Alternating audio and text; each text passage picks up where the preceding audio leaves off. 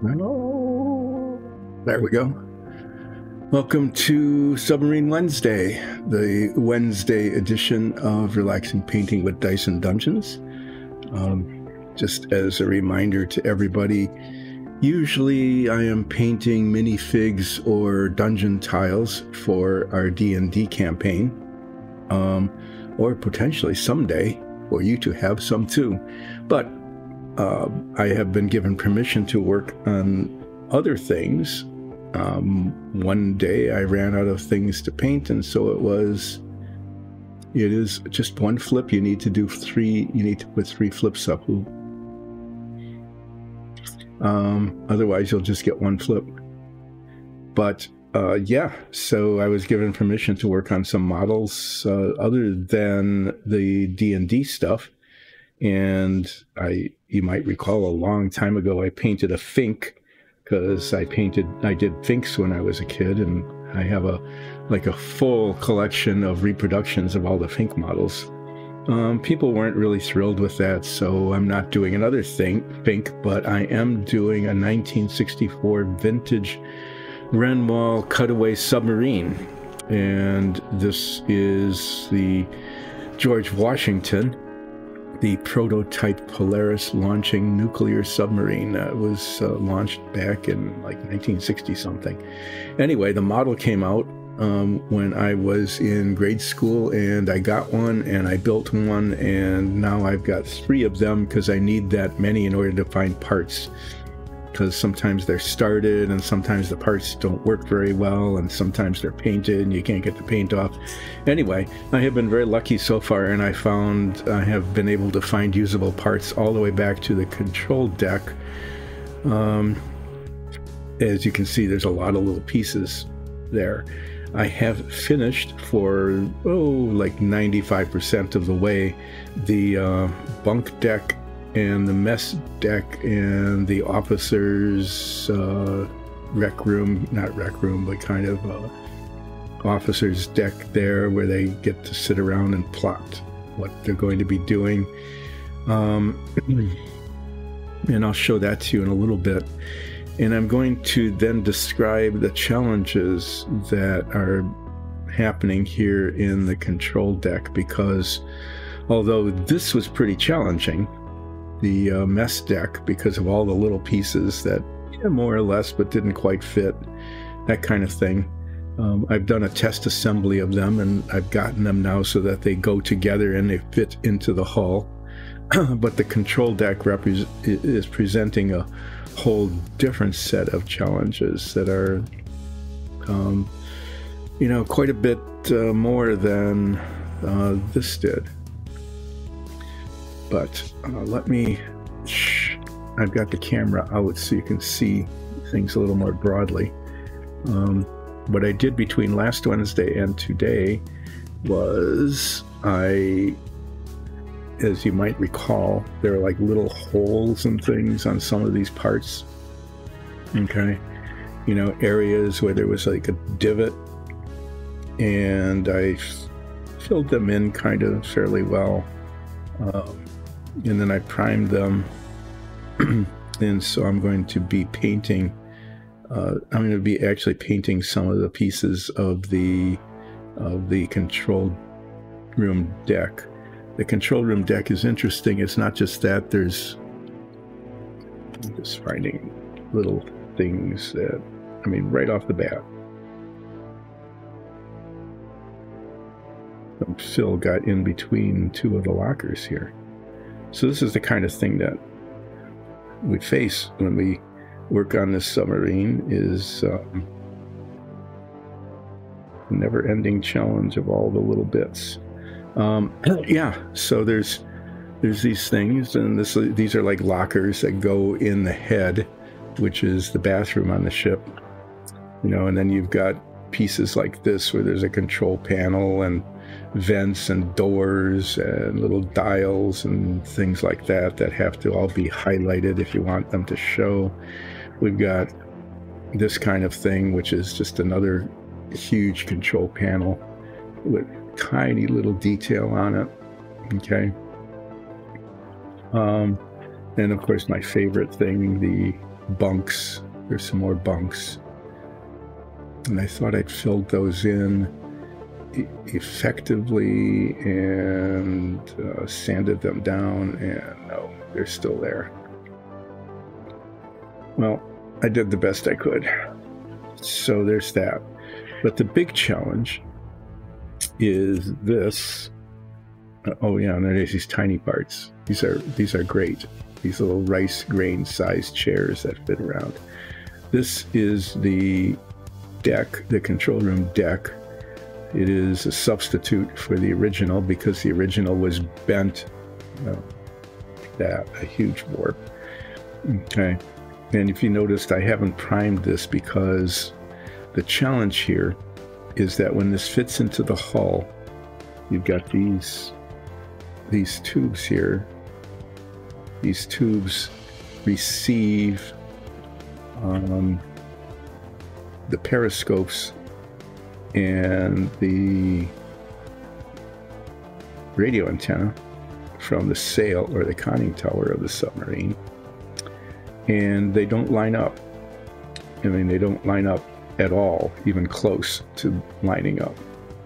They are off by, I would say, 3/32 of an inch, like a tenth of an inch, okay, from where they need to be.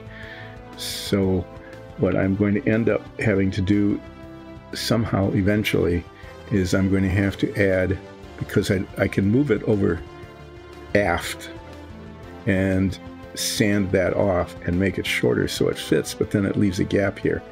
And so somehow or other, I'm going to have to add a tenth of an inch to this side of the deck. Yeah, somehow I'm going to have to do that. And I am not sure how I'm going to do that yet, but that's something that will have to be done. So those are some of the challenges. And then, you know, other things will need to be moved. Like if this locker is here, okay, that fits in nicely into that little slot. If there's an extra tenth of an inch here, this actually needs to move over a tenth of an inch. And in some ways, that's not going to be a terribly bad thing, because I'm just showing you all of these things. This is the inside of the head or the bathroom. Okay, it's got lockers on it, so I'm going to be painting that locker color today. You know, if this were to just go where it was designed to go, it actually covers up one of those lockers. So by moving it over a tenth of an inch, it will actually look a little bit more realistic. Okay, it will allow one to open up that locker in the corner. But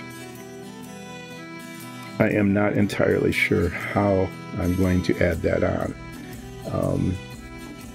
I might get like some of the sprue, the little trees where these parts are on. I might just take a piece of that's the right length, and just start sanding it flat on the top and the bottom and do that. So it's just going to take a lot of manual work, and then I'm going to cement it on and sand the surfaces down so that there isn't an apparent gap.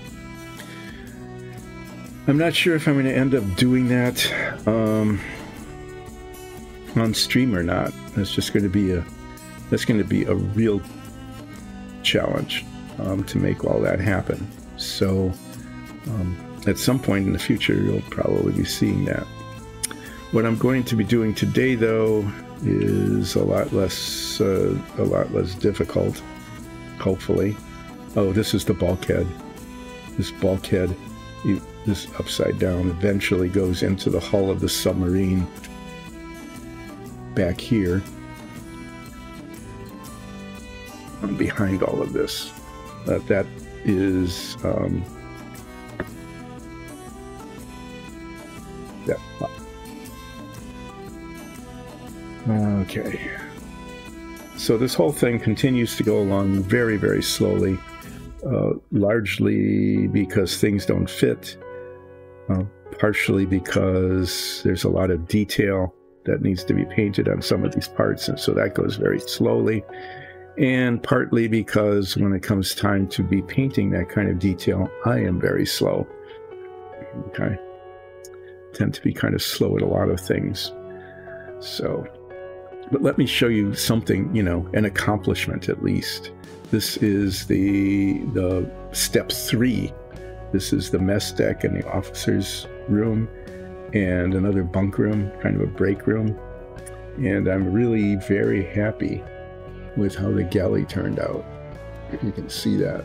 I mean, the detailing on the cabinets and the pots and the pans and that kind of thing. Even the hanging meat in the storeroom came out pretty well. And when you look at it, when you're looking at it, when it's installed, you're seeing this view. This deck actually goes on top of it like this. Okay, so that's the view that you get. You can actually still see some of the details through there. It's pretty cool.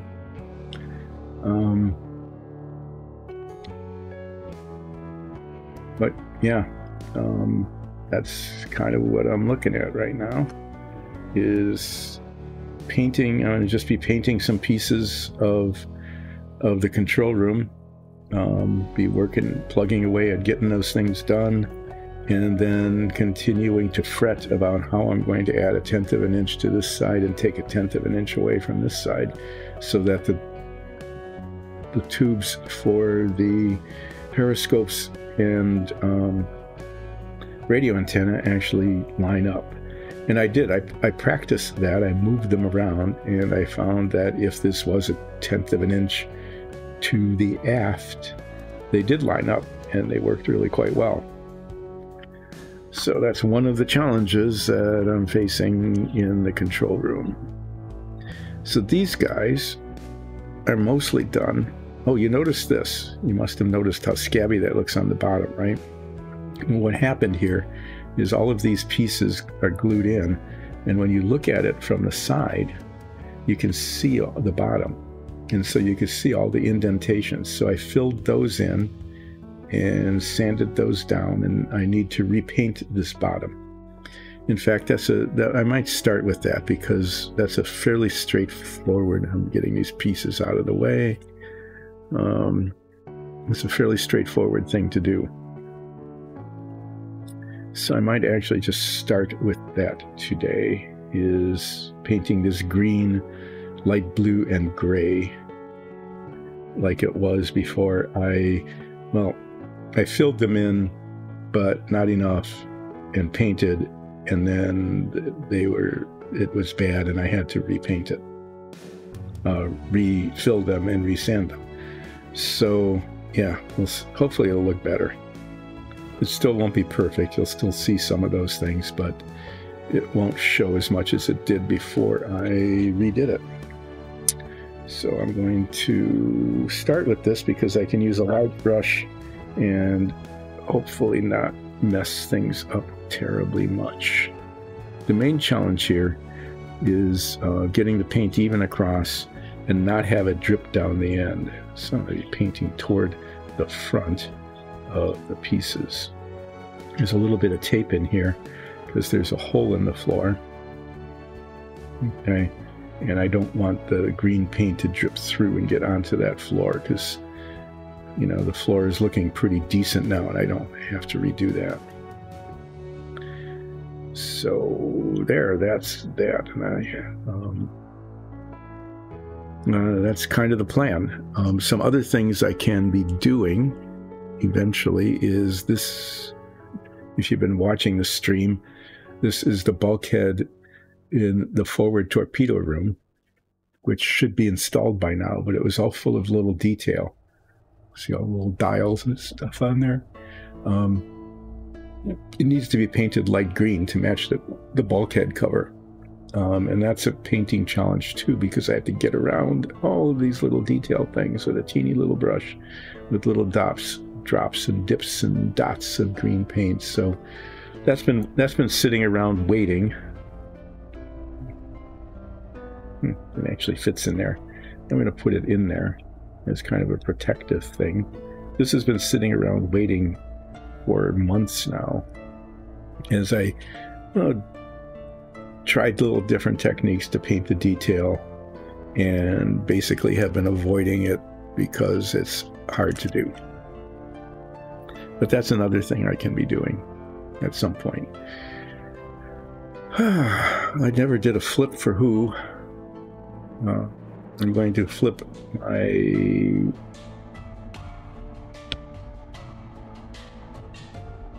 Here, this is a half of one of the tubes for the missile launching. Okay, and why it's out is because when I was fishing for all of these parts through 3 different boxes, one of these fell out, and I found it actually on the floor.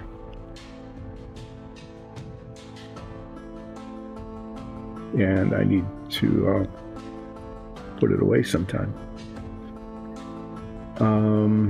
Yeah, I think this belongs to, it's that color. Each of the models is molded in a slightly different color. So at some point I'll figure out which one that is.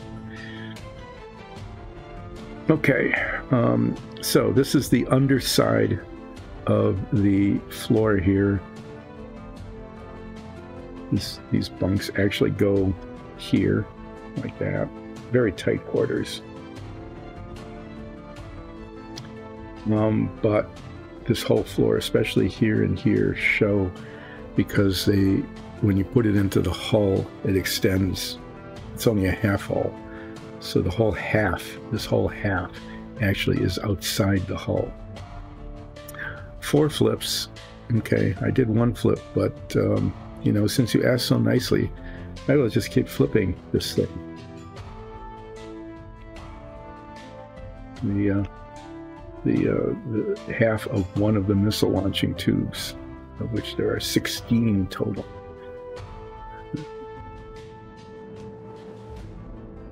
Okay, so I'm going to paint the underside of these floors. Basically, I'm painting ceilings of the deck below. The dark gray is just like a ballast tank. This light blue, it is light blue, even though it isn't really too terribly blue, is the color of the crew cabins. So that's the ceiling of the bunk room.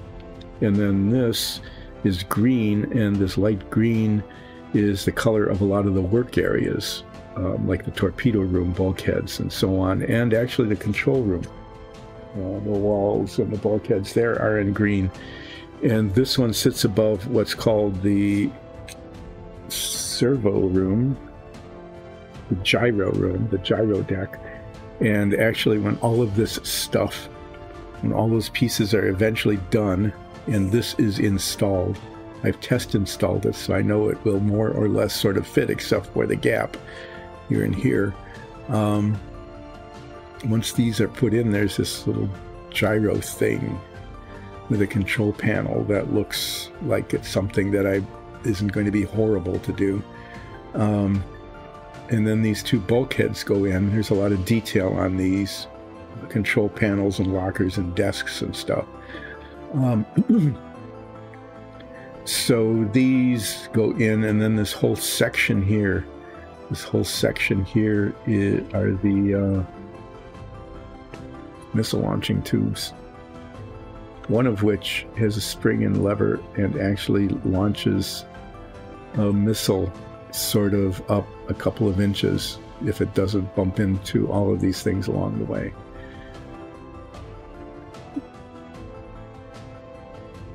So the thing about this submarine is that it feels like it's taking forever to do anything, or sometimes it feels like nothing is getting done at all. But, you know, when you get something like this that's actually finished, I can look at this and say, oh, look, something is done. Then Paul wants more flips. Okay. I can do that because if I'm flipping things, I'm not having to do any work.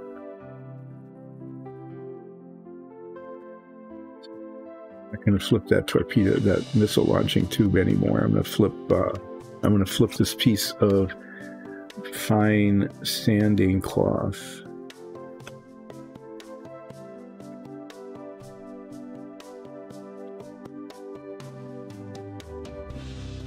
There we go. That just happened to be sitting there. Yeah, so like I said, I have the camera way out so that you could see all of these parts. I'll probably, as I start painting the little bits of things, some of the more detailed things, I'll probably move it down, and then you'll get it all, you know, out of focus and everything else.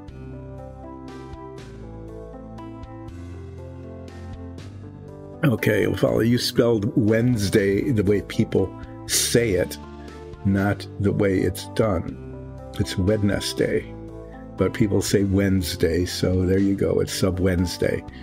I suppose that's fair. It could be like a logo or a trademark or something. Sorry, I'm looking at the chat screen over there. And yeah, Sub Wednesday, just one word, but W-E-N-D instead of W-E-D-N-E-S. Okay. That will be the title, Sub Wednesday, one word, spelled Wend, not Wedness. Got it. All right. Wow, this is good. I used up 25 minutes without having to do anything.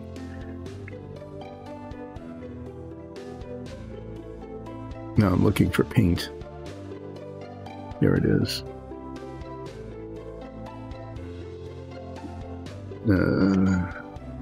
I don't need the instruction sheets, so I'm going to set those very safely aside in a safely place. Yeah. I guess I used up all of my free time here. I guess I need to paint. I'm going to do some painting on repainting after refilling these guys.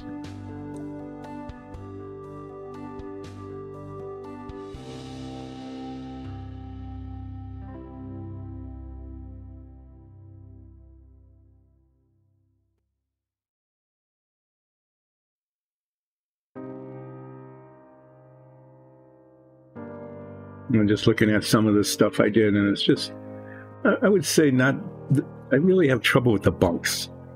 You know, painting the white sheets onto the bunk frames has not been something that has gone well. And they look okay. I mean, if I tried to do them any better than I did, it would be a fail. It would be a huge failure. So, after I shake up this paint, there's another bunk room. I think it's like an officer's bunk or something, because these have more space between them vertically than some of the other bunks. Some of them are like 3 high in the same area. But yeah, I'm going to bite the bullet and paint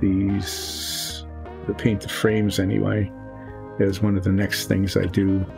And then this one I probably do next because it's really easy. It just needs to be painted black. These supposedly are called batteries, and they go way down at the bottom underneath the bunk deck. That's where you want to be sleeping, on top of the batteries.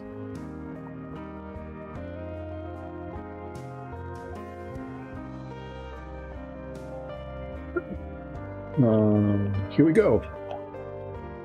We're going to be doing the application of some paint, because this is relaxing painting. So everybody relax. Here's some paint.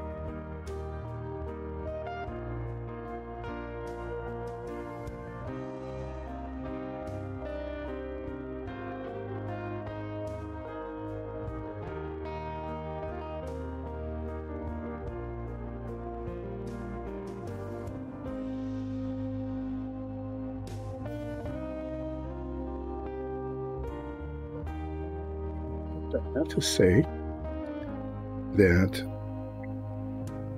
the latest iteration of filling and sanding. Seems to have worked pretty well.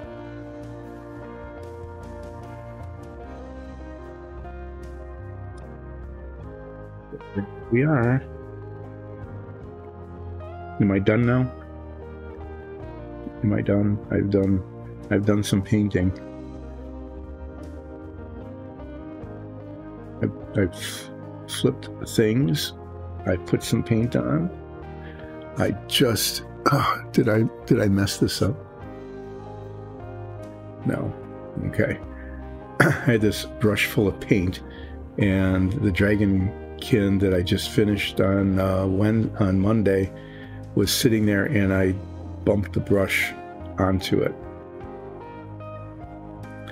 And what I was afraid of is that I bumped I can't see that I've got paint on it.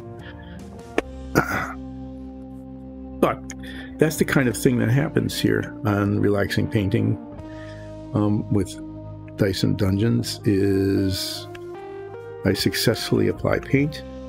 I have paint all over a brush, and then I bump the painted brush onto something else that shouldn't have that paint on it.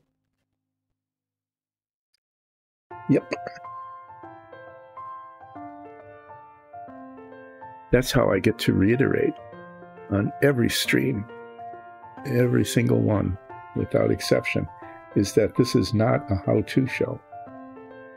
If you want to see how to do things, you need to watch when Nicole is painting, because Nikki is a bona fide artist who has real artistic skills,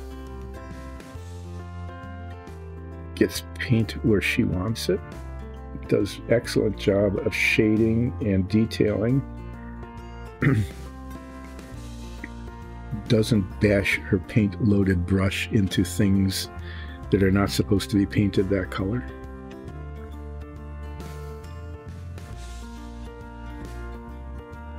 But she doesn't get to do this very often because it's my job. And she just fills in when I'm gone, like she did about a week ago. She also gets things done a whole lot faster. So she does things like twice as fast, twice as good.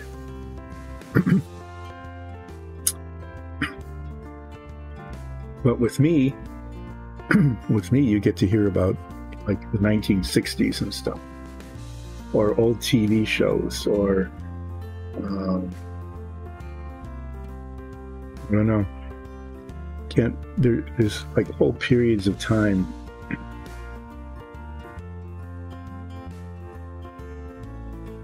when I wasn't really paying attention to music, for example.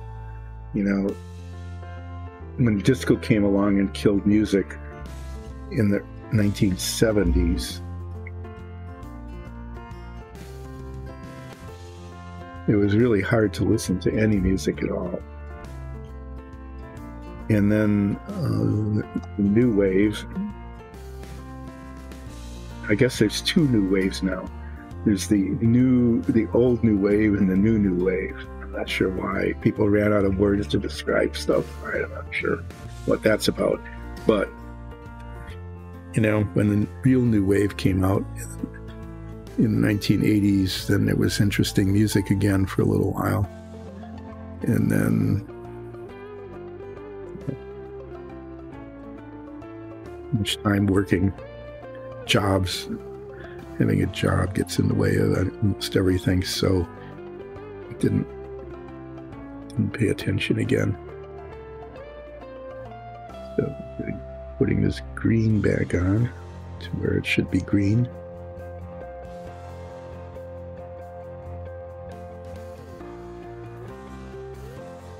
And it's coating pretty well.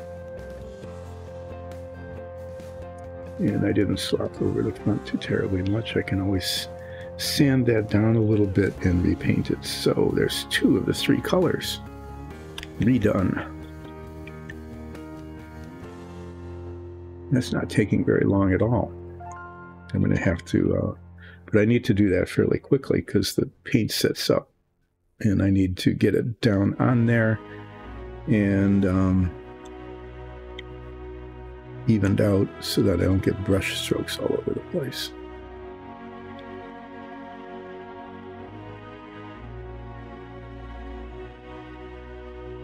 If you've been watching the stream this week, you'll have noticed that I have run out of things to rant about.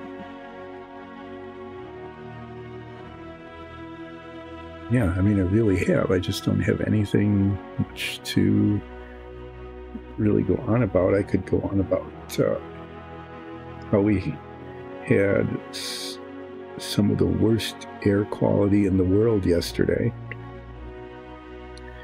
This poor Canada is having these horrible, horrible forest fires. The worst fire season ever. That they know of anyway, since there's been records of fire seasons. And a low pressure system moved through, which brought rain. We really, really needed that rain. It was great to get it for like 2 days. But the back end of it brought the wind in from the north, and it brought the smoke in. So I guess Chicago, I don't know anything about video editing software. I guess because I really don't know anything about video editing software, I am supremely qualified to rant about it. I'm just going to make stuff up about video editing software. Thank you for the idea, Who.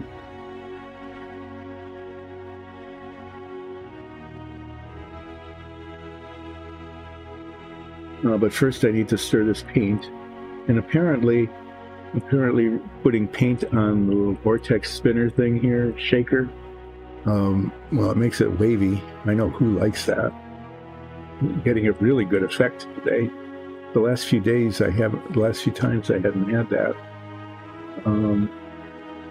But apparently today, I didn't say today. That's a rant. I'm going to rant about that all the time. Even though I was told yesterday that ranting about people saying fur instead of for, and today instead of to and today, that's not really, I can't really do that. It's like, who are you to say what people say? Language changes all the time. If people want to drop the O's out of the language and not say their O's anymore and say uhs and oohs, let them do that. Who are you to say that they shouldn't be doing that? So one of my favorite rants I can't rant about anymore. But what I was saying is that apparently using the little vortex thing there took all of my concentration, and I couldn't talk and hold a bottle on the vibrator at the same time. It was like, what the heck? Seriously?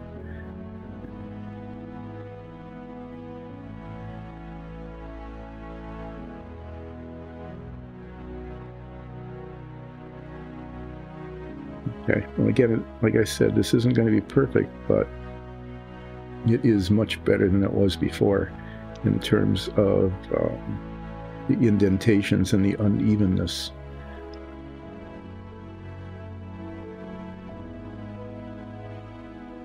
That was present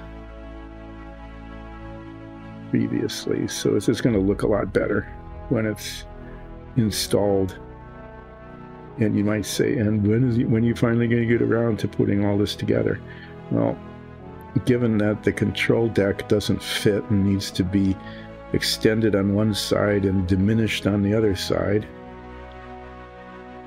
and that I have no real good way to do that, I would say, hopefully yet in my lifetime, yeah, this project is beginning to give that impression.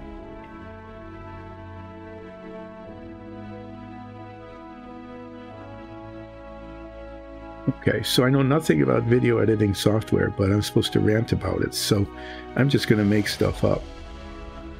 And if anything I make up has any relationship to like real things, it is definitely a coincidence. Because, like I said, I have zero knowledge. So let me complain about UEdit. I don't know if that exists. Hopefully it doesn't. If it does, my apologies. I didn't know that it existed. So you've got this UEdit program, and it's supposed to be, you know, something that you can use. That's why it's called UEdit.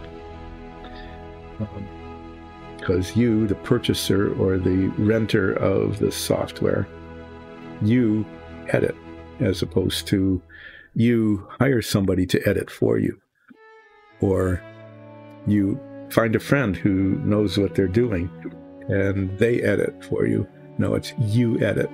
So whatever needs to be done, it's you. Okay, you've got nowhere else to go.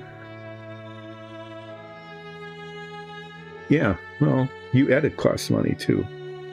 UEdit is it has like a 5-star review from everybody who works at the UEdit company, and nobody else can review it because all the reviews go through a review filter owned by UEdit. And they only let certain reviews through. I don't know how they do that, but it probably has to do with editing somehow. So you get UEdit. You don't pay for it though. What you do is you have an acquaintance, not a friend, but just an acquaintance who said you should really try this. This lets you edit. That's why it's called UEdit, because if you get this thing, you can do the editing and you don't have to hire editors. So you pretty much have like a bootleg copy of UEdit. You don't know if your acquaintance actually had a license for it or not, and you're not going to take the chance of like trying to find out either, because why would you want to do that? There's like a little flaw right on the edge here. I'm not sure how that happened. It's really pretty frustrating. But just little bits right on the very, very edge that didn't get, because I was pulling the paint toward the edge. They didn't get painted.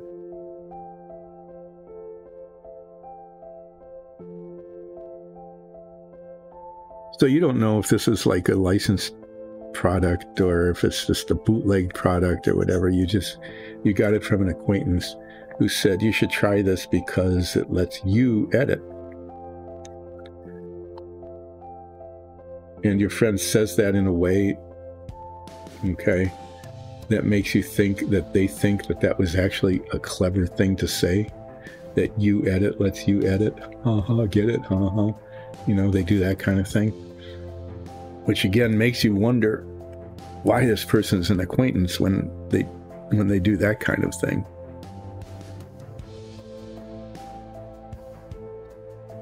And you know, people who think they're really clever when they point out the obvious, or if things are just so anyway. There's a commercial.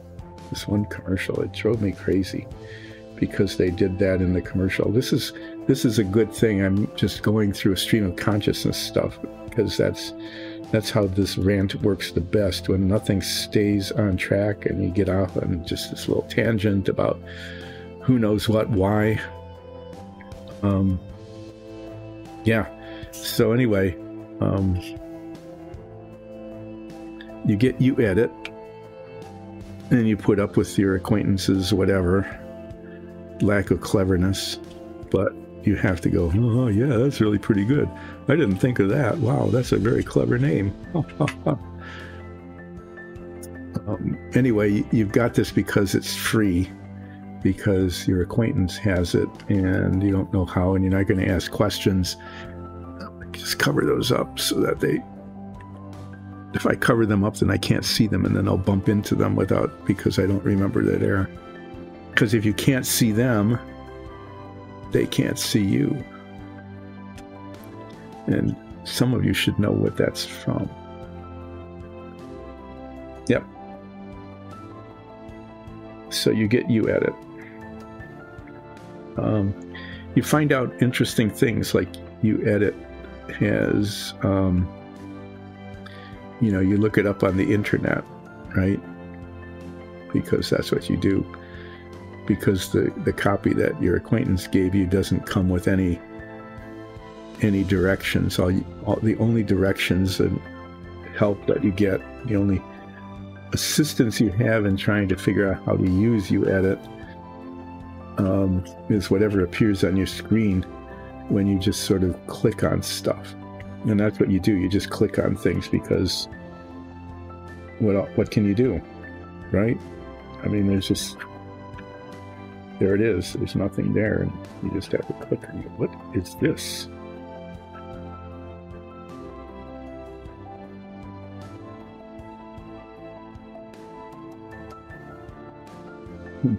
I picked up this piece, and it's just got like this green slime on it. The algae's growing on it, which can't be because I just primed these a couple days ago.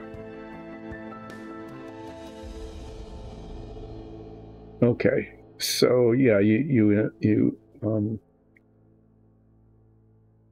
so how does this friend give it to you? Nobody uploads software anymore, right? So this is in a different time. It has to be at a different time because the UEdit program came to you on a DVD. It doesn't happen anymore, does it? Can you even buy software that way? Can you even buy software on DVDs and install it on your DVD reader? Do you even get? You don't even get a reader anymore. Wow.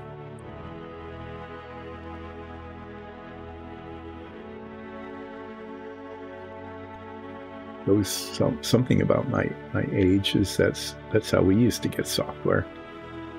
Is we actually purchased a thing you could touch and hold and know that it was real, even though you couldn't see the data on it because it was, you know, tiny little bits of electrons, and in terms of a DVD, little pits on a metallic metallized surface. But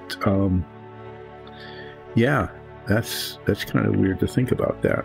Anyway, you get this, and then because it comes on a DVD and you have no idea what that means, you have to go to a resale shop, you know, like electronic recycling shop or something, and you say, I've got these discs, I don't know what they are, they're supposed to have something on it called UEdit. And when you say UEdit, you notice they try to hide it. But you notice that they go, you know, that kind of thing, where people in electronic resale shops would do that kind of thing. They go, but real quickly. So you're not really sure if it happened or not, but you suspect that you would, that they didn't think you used good judgment there. But anyway, they explain to you what these discs are. They explain that those are DVDs, and that software, they weren't even called apps then, okay? You know, programs, not apps, but programs used to come on these things, and that in fact, well, they go on about, you know, program language and bits and bytes, and how the bits are either pits or not pits on these DVDs, and you stop listening after a while because you know, you don't know what they're talking about and you don't care. But they have a grand old time explaining how software programs used to come on these discs. And yeah, they do have something that can read it, and you need to buy 3 different adapters to be able to get the output of this thing, the input, the you can still plug it in. It's still got a regular power cord. That hasn't changed that much. But the output of this, you know, comes with this specialized cable, and no computer lets you plug that kind of thing anymore. And so you have to have like 3 adapters in a row, where one adapter plugs into another adapter before you can get it to go into your USB port. But, you know, the software was free. The U-Edit was free. So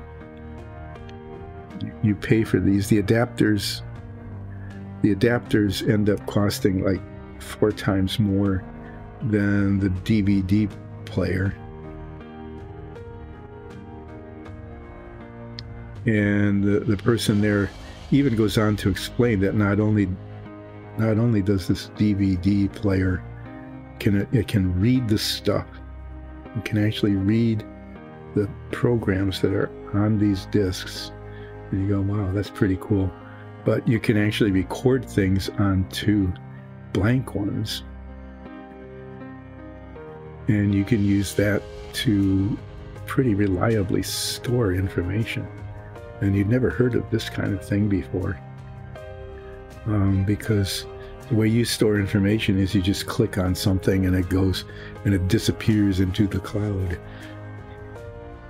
and you hope that there isn't a huge drought and all the clouds dry up, because you know that's going to happen to whatever it is that you clicked on and sent to the cloud.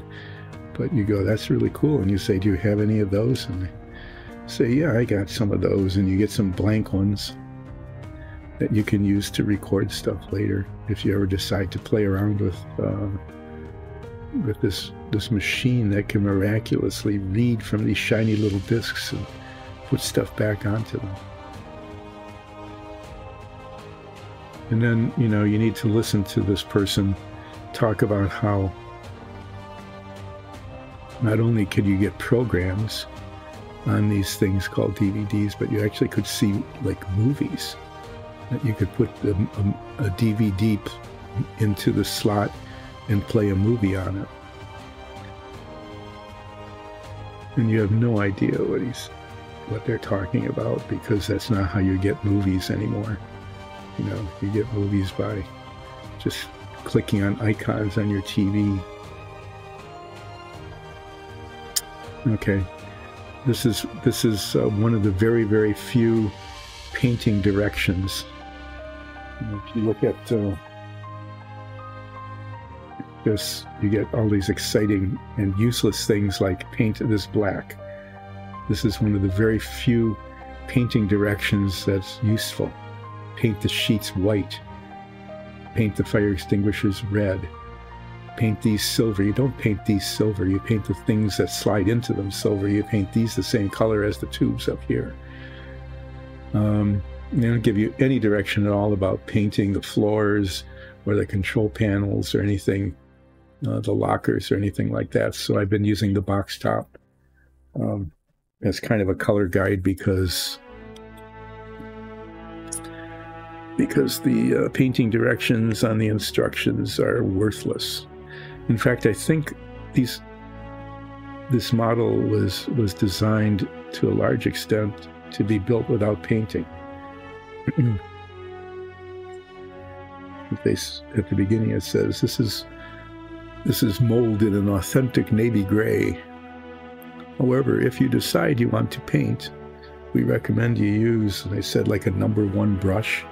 The #1 brush is huge. It's like for painting this kind of thing. Or for detail, use the end of a toothpick. Apparently they didn't have fine bristled brushes back there in 1965 whenever I built this. I'm not sure. But when I built this originally, I'm pretty sure I did not paint a lot of this detail like I'm doing now, like you saw in the galley. Which is why this is taking 50 times longer than it did when I built this originally. Anyway, you have now learned more about DVDs than you ever knew existed in the history of DVD-ness. and you've got a reader and your adapters and this free app, but it's really a program on a DVD. I'm taking this guy off. I will put it back on Monday when I finish it. Or maybe I'll even finish it today, maybe. We'll see how the time goes. But I need another holder to hold the other things I'm painting. I better check this. What I'm checking is to see if this fits flat against the floor. Because some of them didn't. Some of them had a little ridge down the center, where there's a divot here. Some of them had a ridge, and they would, if you put them into the floor, they just rock back and forth. So this is the bunk, the dreaded bunk. And I am putting it up here, and I'm going to be painting the frame. I'm actually going to be painting everything except maybe the middle of the sheets. And then after that dries, I'll get out the white paint and do my best to paint the sheets on the tops of the bunks. I would say so far of all the bunks I've done, like one of them has come out looking okay. All the rest of them are kind of ragged. But can't, you just do the best you can, right? Anyway, all this stuff that you needed in order to be able to install this free, you don't know if it's really licensed or not, video editing software ends up costing like twice as much as if you bought the next leading brand of video editing software and just simply downloaded it over the internet onto your computer. But, once you accepted this from your acquaintance, the UEdit program, you were committed. What could you do? You couldn't go back and say, thank you very much, but I can't use this because there's no way to put this into my computer. But what you do have is, what you've got is a machine now that if you go to a resale shop, I'll use a brand name like a Goodwill. Okay, just, it's like saying Kleenex for tissue, right? Goodwill for a resale shop. But it could be any retail shop. There's more than one kind. Doesn't have to be that. Oftentimes in the back corner, and you never knew what these were before, there were all these little boxes. They're about this big, right? Boxes about this big that had pictures on them and titles, and you just vaguely, you never really paid attention to them because they were near the books. And, well, the same sort of thing, right? You just didn't pay attention because they were near the books. And you weren't in school anymore, so what the heck? Why would you have a book? I mean, a real book that you would hold and it was paper pages, and you'd have to flip through them and keep track of where you were with a bookmark or something like that, or whatever you used. Anyway, you had this vague recollection of the existence of all these little boxes. And now you've been reminded that those, in fact, were DVDs. And the stuff that was on them, I have to take this off so I can see it close. And the stuff that was on them were movies. Very much like the kinds of things that you would see if you went to a movie theater, or that you would download or stream. You never downloaded these things anymore, you just streamed.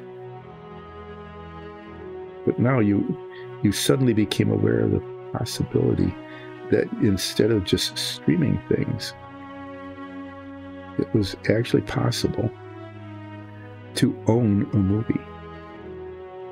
Yet you weren't quite sure what to make of that. What does it mean to own a movie? It's just,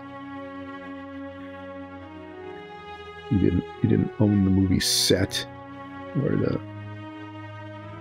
the characters, anything like that. What you owned was a copy that you could then, if you had one of these weird machines, a DVD player, if you had one of those, you could put this disc into it, and if you had all the right adapters, okay, that was another issue, because you wanted to hook this up to a screen of some sort, and your smart TV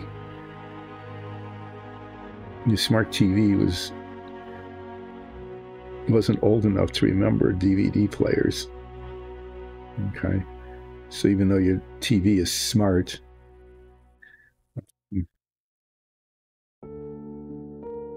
it can't accept the information from the DVD player because, you know,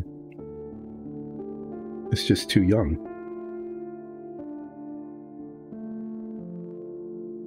It's like born after these things stopped being made even. So, yeah. So you go back and you get some more adapters because you're intrigued by this thing. And these movies that you can own on DVDs cost less than your smart TV charges your charge card just to watch it once. Okay, and you're kind of like, wow, I can watch this anytime I want, as many times as I want, and I don't have to pay each time I watch it.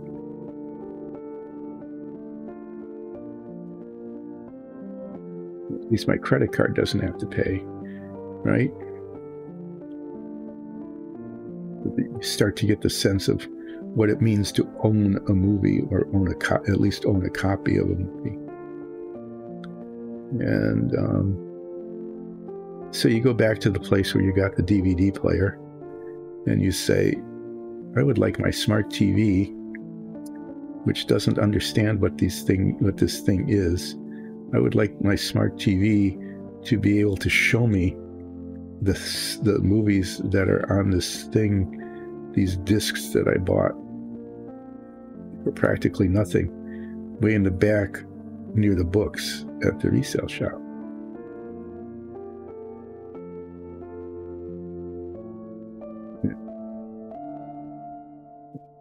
You end up with another handful of adapters, and with some vague instructions about how to attach them.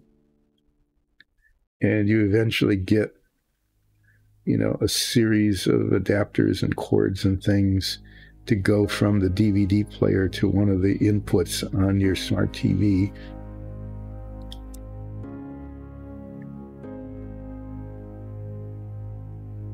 Yeah, you know,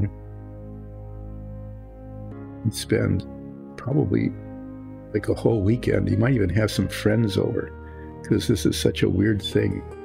They don't know what you're talking about, owning a movie and DVDs, and they say, oh yeah, my dad and mom, they have like this whole pile of these things down in the basement on shelves in the back room. I was always wondering what those were.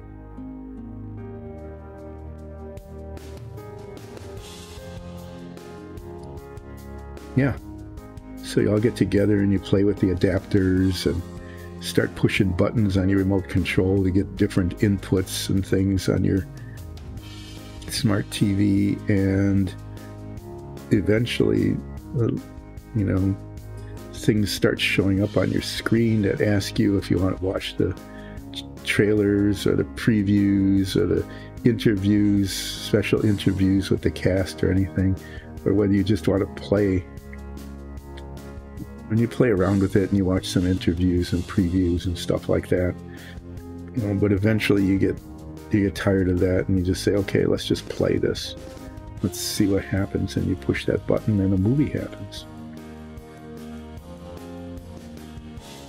And you sit there and you go, oh, wow, that's a movie. Like you had never seen one before or something, because this is a novel experience. So that was a great weekend. You had a great time doing that with the DVD player and the adapters and, you know, the discs. And you bought like 7 or 8 of these things at the resale store, some of which were things that you remember watching when you were a kid. You know, you could see those. So part of your weekend with your friends is that you had this nostalgia trip of watching movies that you hadn't seen since you were like 7 or 8 years old or something. That was all great fun, and you enjoyed that, and the novelty is there, and you vow that you'll get together and maybe you'll find other things at the resale store, and yeah, stuff like that. But when you're all done with that and you had a really good time playing around with the DVD and things, and watching a movie that you now own, and you can watch it and it doesn't cost you any more. The next time you watch it, you don't have to pay for it again.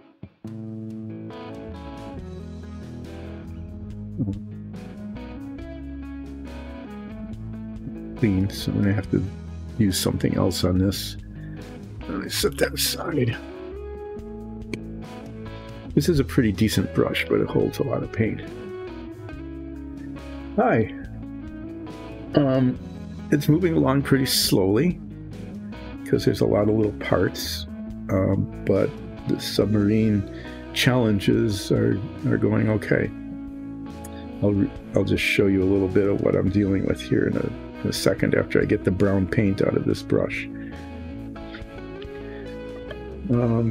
Yeah, I destroyed a brush on Monday. One of my fine detail brushes. This one is becoming incoherent. So what I was able to do today, it doesn't look like much, is I repainted the bottoms of this because there's all these little indentations and things that I filled in, but it didn't fill in well enough. So I refilled them and sanded them, and I did that between streams, but I did the repainting, so that was what I did today. But I'm working on the control room and a bunch of little detail parts, right? So these all need to be painted, and the detail needs to be highlighted and stuff, including these, yeah, tiny little chairs.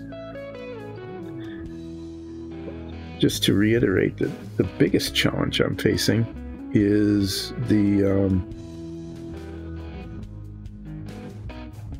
these here old tubes like this.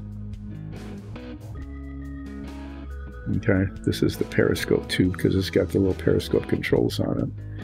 Okay, so those go in there, and between here and the deck above, they need to fit snugly.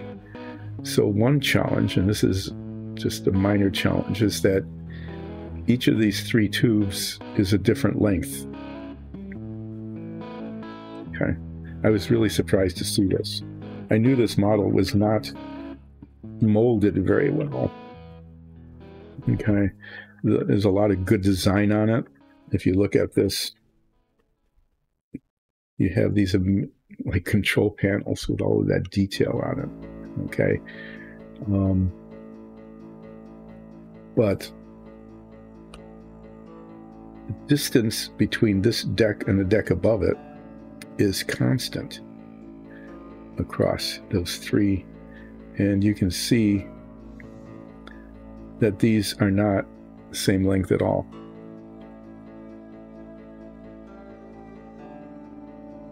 Oh yeah, I definitely, when I get to do some of the detail painting, I'll be putting on my head magnifiers without a doubt.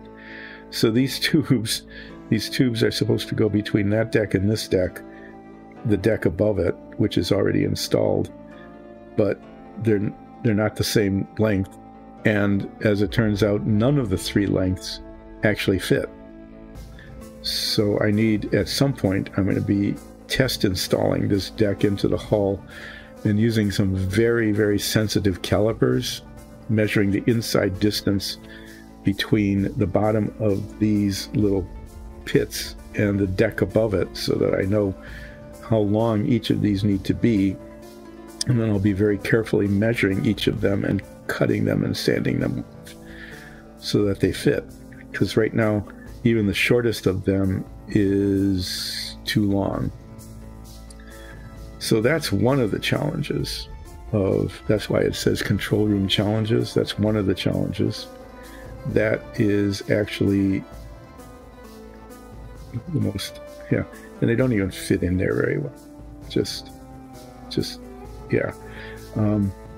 So that's one of the challenges. But the biggest challenge is that these need to line up with the periscopes that come down from the sail. The tubes are too large. They're too long. Even the shortest of the three is too long to fit between this deck and the deck above it. That's already been installed into the submarine. So the smallest of them needs to be cut down, and the others need to be made even shorter. But the biggest problem, this is wonderful, is that when this is installed correctly into the hull of the submarine, and it does, it fits very well. I tested this last week and the week before. It will fit in, but they don't line up, so that the periscopes that come down through the upper deck into, you can see there's a little hole into the hole here in the little tubes. When they come down into them, they are actually, instead of coming down right in the center, you would expect that they would come down right in the center. No, they come down here. So it's almost 1/8 of an inch. It's about 3/32 of an inch here.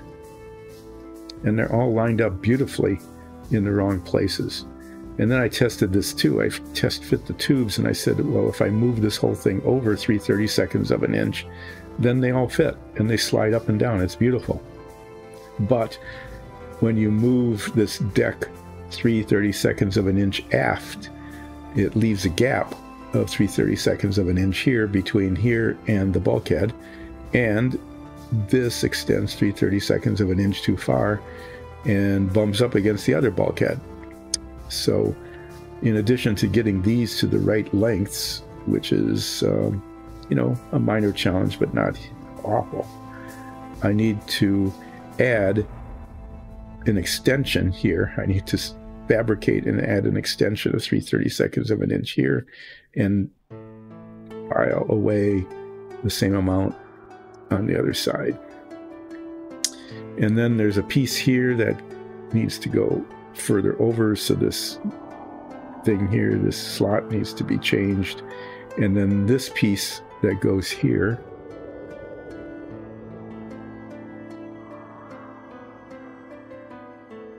okay,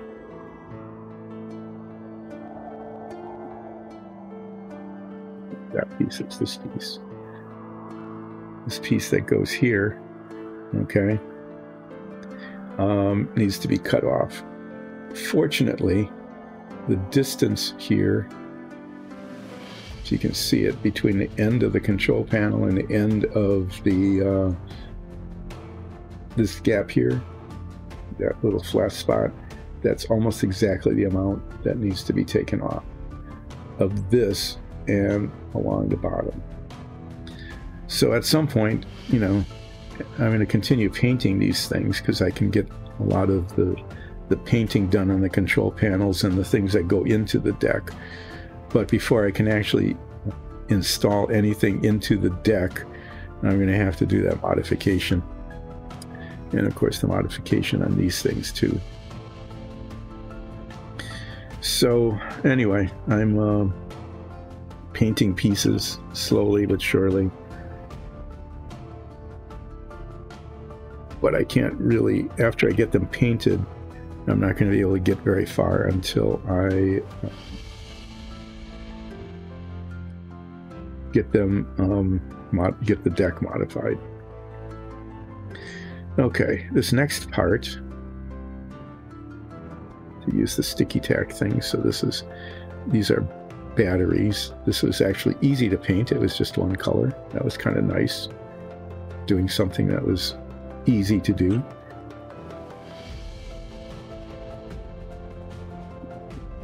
Piece of paper towel down in there so I can set these new parts in there.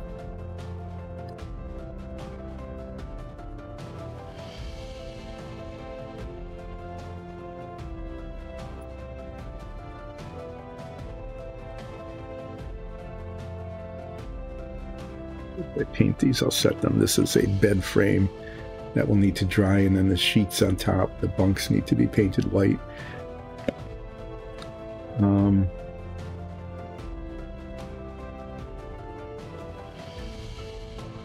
Yeah, so this one, I'm going to have to pinch this up a little bit because I have to paint the edges.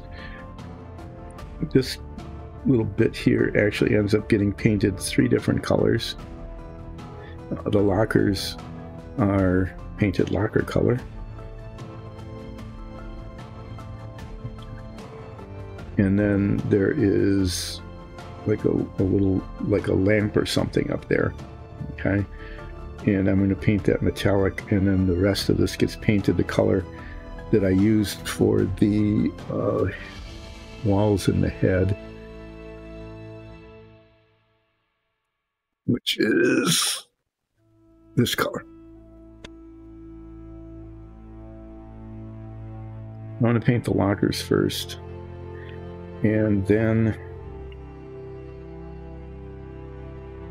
once I have that color out, there's some more lockers here on this bulkhead.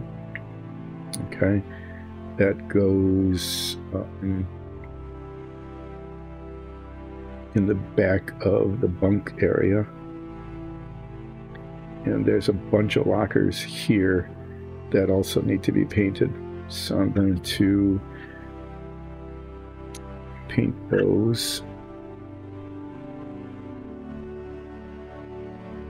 This is going to wait. This is a combination of lockers and bookshelf, and it's painted on both sides. There's just lockers on one side, looks like.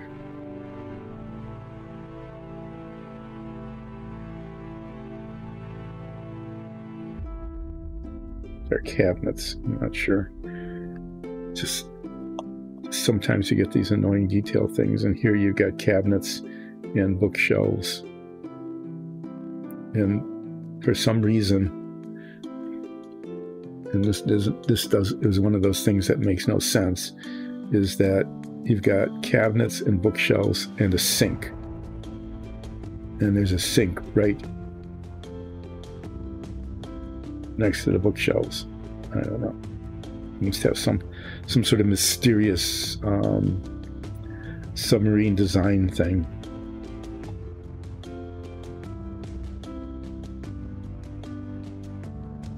So I'm going to paint the lockers. When I have the locker color out, I'm going to go ahead and paint all of these lockers. Okay, and I'm probably, I'm just going to go ahead and paint all these cabinets. The cabinets the same color as the lockers. There's just, I guess there's no reason to not to do that.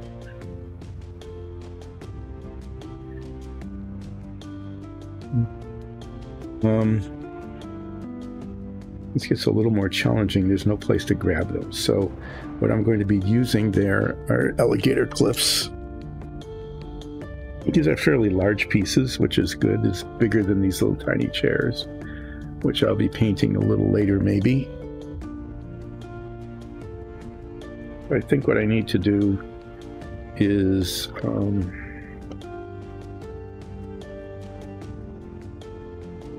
going to do this on all of them, including this one. And I can't take the bunk off, it's not dry yet, is if I can clip these clips in the bottom, okay, And after I paint them, I can stick them into the sticky tack. And, or even this, I can have this with all these little holes in them. These fit into these holes. And this piece of wood is I can just put them in here and hold them there while they're drying. I think I'll just do that.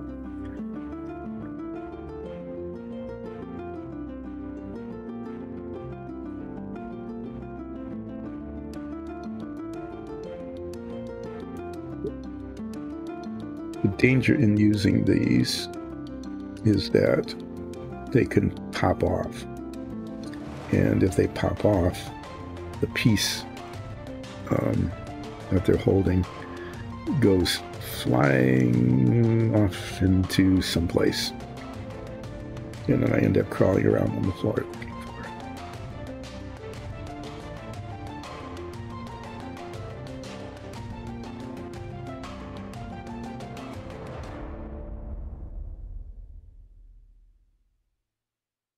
I can clip this a little more securely here because I'm only painting the lockers on one side and the cabinets on the other. So the thing about doing it this way, this actually works okay, is that these parts that have two sides, where there's cabinets on both sides that need to be painted, is that I can do that. And I'm going to be painting the whole thing the locker color. Okay? And the books on the bookshelf, I've done these before. I just do that with a pen. Very, very fine tipped felt point pen. I have a red one and a blue one and a green, a red one, a black one and a green one.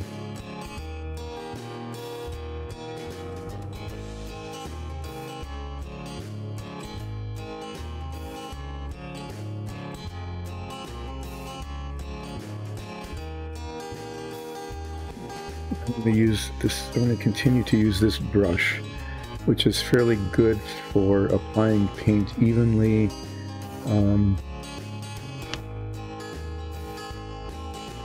Fairly small surfaces. This is antique paint. I've been able to keep it alive, and it's just the right color for the lockers.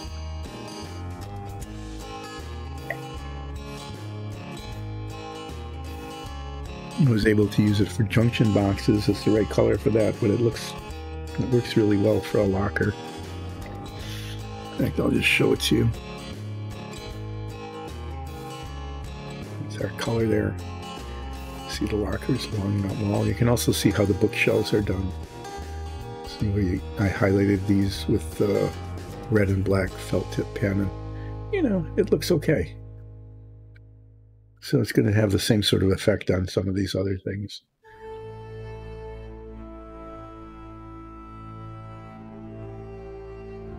Anyway, yeah. Who wanted me to rant about video editing software? And I've been going on about this thing called UEdit, which I hope doesn't exist. I just made it up. And got off into a whole tangent about DVDs, and because the program, it's not an app, it's a program, came on DVDs, and you had no idea what those were, how to use them, so you had to go to a electronics resale shop, and you got a DVD player and the 3 or 4 adapters you needed to get it to go from the output of that into your USB port on your computer. And you also learned that the DVD player would play movies, and so you got adapters to hook it up to your TV, and you went to a resale store and you rediscovered the DVD racks, resale racks at the back of the store near the books, that you bought some, and you spent a whole weekend watching old movies that you used to watch when you were a kid, and that was a great time. But now you remembered that this whole thing started because you wanted to do some video editing. And so you use the DVD player and your multiple adapters to upload the program you added onto your computer.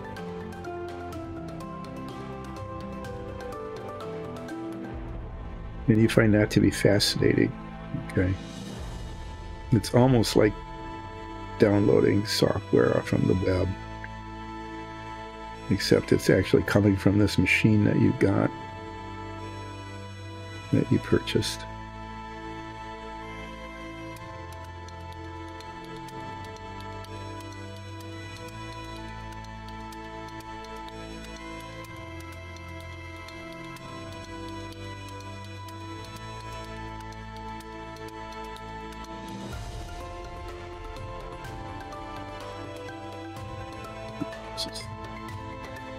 I'm just messing around with it too much.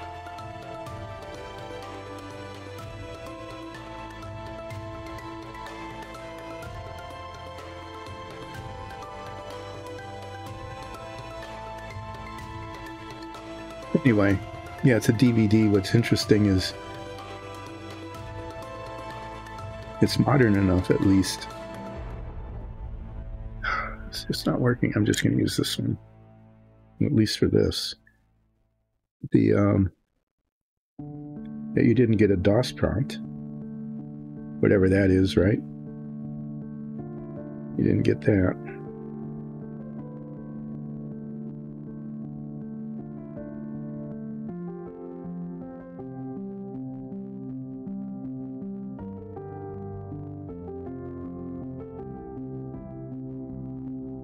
So eventually it loads. And you get this really friendly screen that says, "Welcome to UEdit." And you get, you know, the old copyright warning and everything. And you don't have to touch anything. You know, you have to click that says you accept, and then it takes you to a screen that says, "Getting started." Because there was always like a tutorial on these things, because none of this stuff ever came with real instruction manuals. You go to the getting started screen and yeah, then you get started.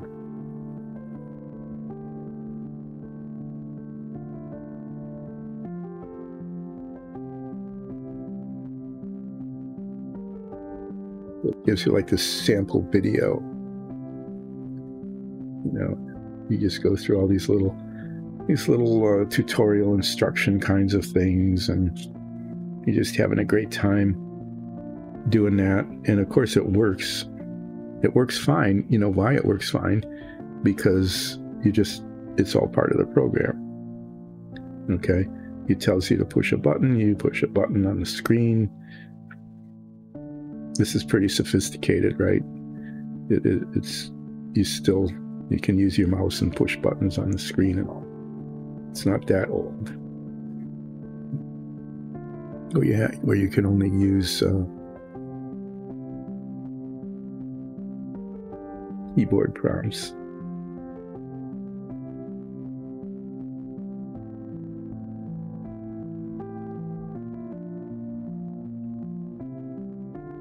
You get through the tutorial, and you know, basically you got to do some basic editing, like you were able to cut something out of the video. It says remove this, and so you do the tutorial, and you play it back, and it's not there anymore. What you don't know is that you really didn't edit, because this is a programmed tutorial. You really didn't edit something out. All you're doing is you're now playing, okay, a different video that doesn't have the thing in it that you thought you cut out. Try this brush again, because I need to get into littler spaces.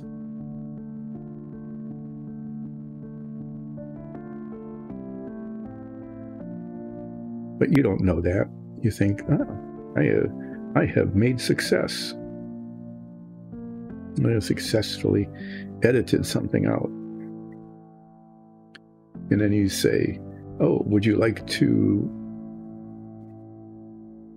try fades between scenes? And you do that, and you push the buttons that they tell you to push when they tell you to, and then the video plays, and it shows that there's a fade out and a fade in, and you go, oh, that's pretty cool. It does that.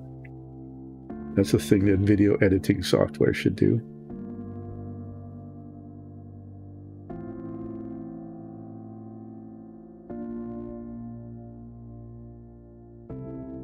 So after you play around with those and you get like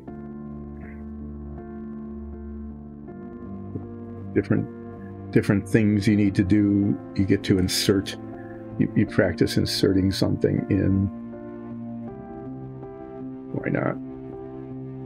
And that seems to work, and it all seems to be working, and you're having a grand old time thinking that everything's working. Then it says, let's try this with one of your files. And you go, what are you talking about? And then you finally figure out what it means is that it wants you to select the video that you want to edit. On your computer, it wants the file name. And then it asks you to tell it what format it's in. And you go, how come you don't know that? I mean, can't you tell? You're talking to the UEdit software here. Can't you tell when you try to read it what format it's in? But it says no. And it gives you the opportunity to pull from a drop-down box, or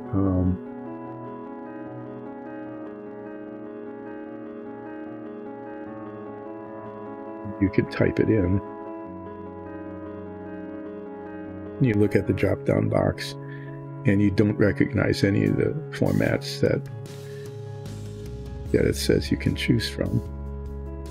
I mean, you just start clueless. You have no idea what this program is asking you to do.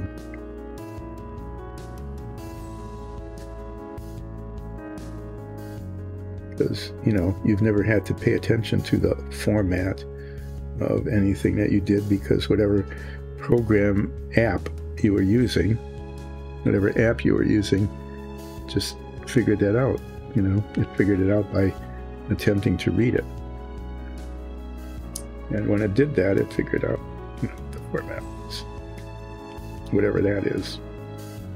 Okay, well, that looks okay. I'm not sure. And it's really pretty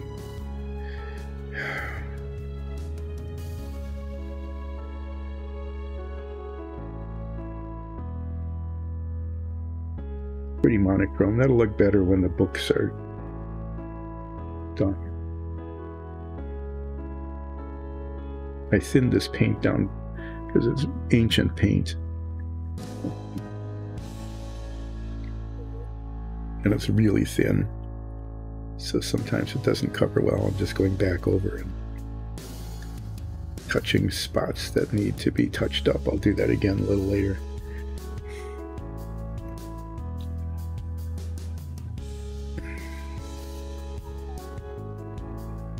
Anyway, what you do is you need to go to, you type in video format right into your search engine.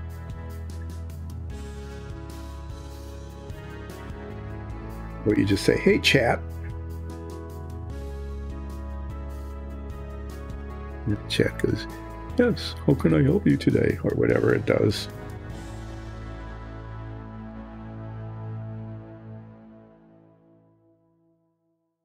What's the format of my video?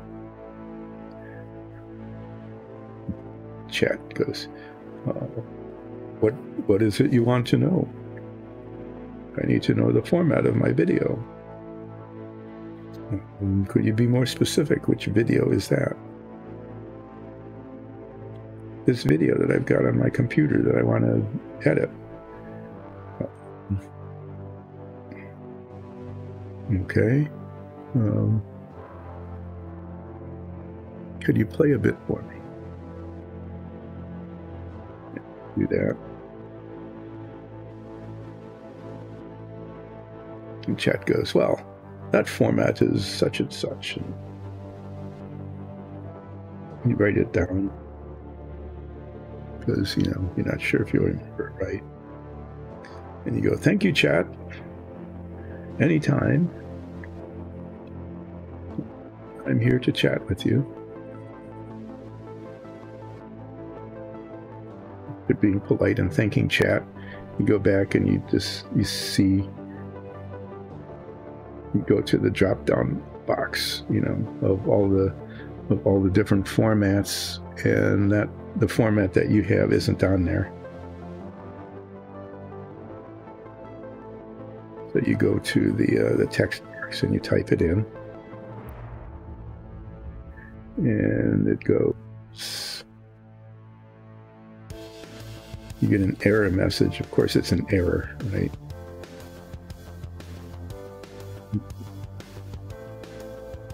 UEdit does not recognize that format type.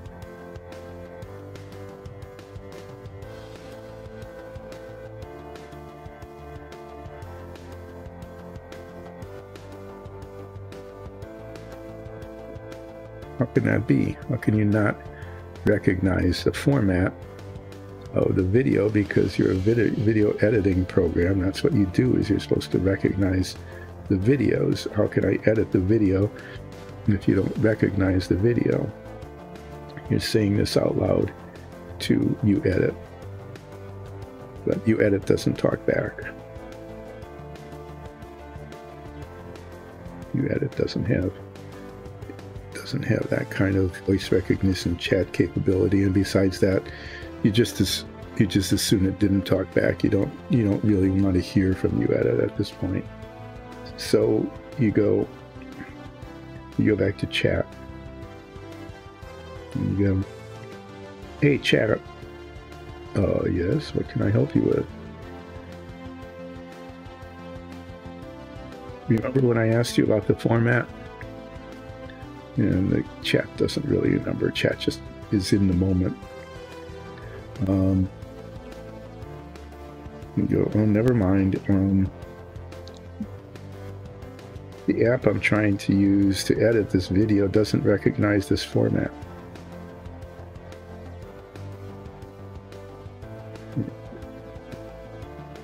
Format is that, and you just tell it what the format was, because it doesn't remember what it told you just like 3 minutes ago. Because it's just, you know, it's not what it does. I don't want that on there because that'll be a raised surface. And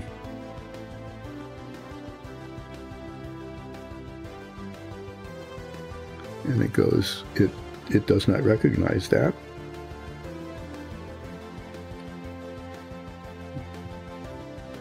It says it doesn't recognize it. I got error message. And you tell chat what the error message said. And then chat goes, oh, I see. You are attempting to use UEdit. And you swear that, remember when you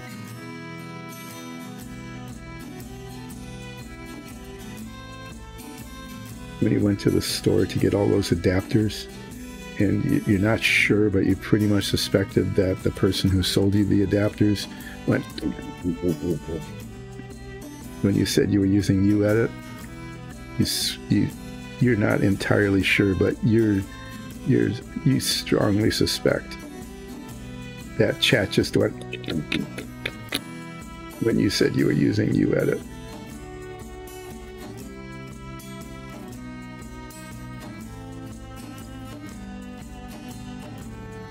So after that, chat goes, you're attempting to use UEdit.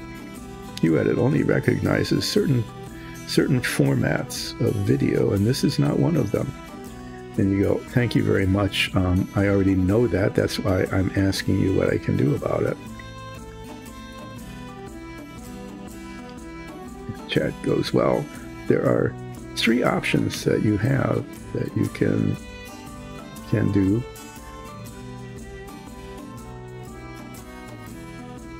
And then you get a message saying your chat subscription, you have used all of your chat subscription for this month, because you know you're paying extra for it, right?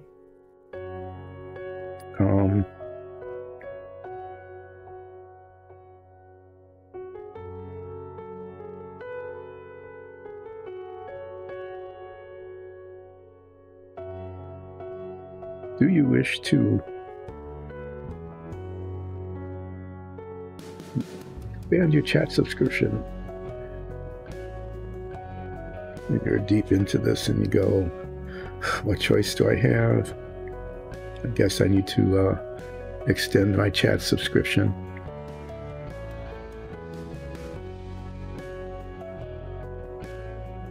And it now charges you like 4 times as much as you spent so far on a DVD player and all the adapters and everything else to extend your chat subscription. And then it says confirm, and you don't really pay attention. So what you've done is you've confirmed the expansion of your chat subscription on a recurring basis. So you're going to be surprised over the next couple of months when your subscription fee is much higher than you expected, and you don't catch it the first month, but by this 3rd month you do. But that's another story. Anyway, yeah, you've got this now expanded chat subscription that you're not sure that you really wanted or needed, but you've got it because you clicked I agree.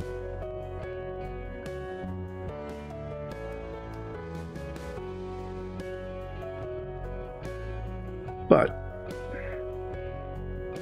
you've now expanded your chat subscription, and you ask, okay, so what are these options that I have? And the first option is, well, we have available video editing software and a video editing app. Doesn't call it software, it's a video editing app that will work great with the format of the file that you are using for your video. Shall I redirect you to the store?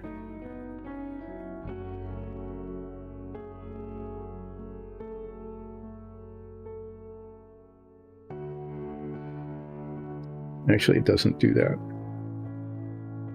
It says, would you like to install that now? Because you don't really have the option. It's like either you install it now or you don't, and you go, what are my other options? And chat goes,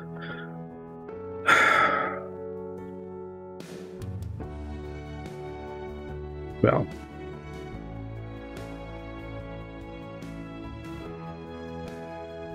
chat goes, are you attempting to get UEdit to work with the file format that you have now? And you go, yes, that's why I contacted you, that's why I'm chatting with you, because it doesn't work. But the setting I have now, and I want it to work. And it goes, well, you have 3 options. And you go, yeah, I know that. One option is that we have available software that will work with that file. Would you like me to install it now?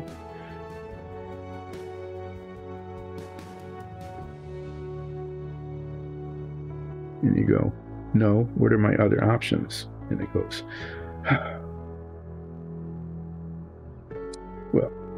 second option is that you can reformat your file into a format that is accessible to the UEdit program.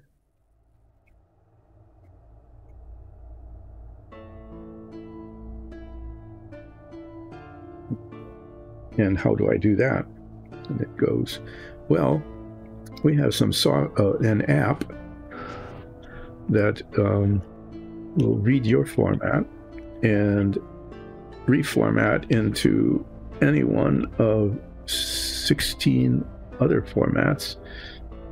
And let me show you those formats. And it displays them. And one of the 16 matches one of the formats, the drop-down box for UEdit.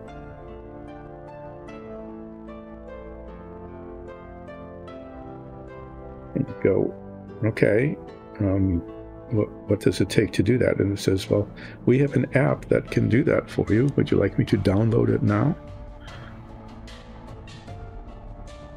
And you almost say yes, but you say, and is there a charge for that?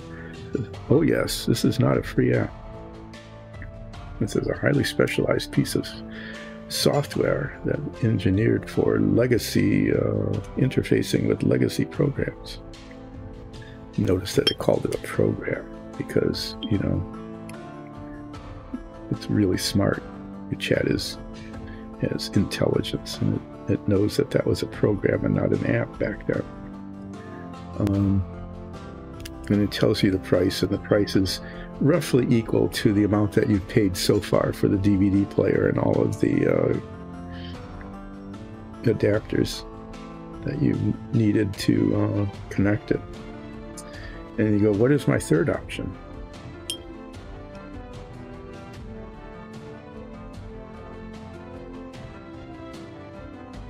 And the chat goes, well, we have an app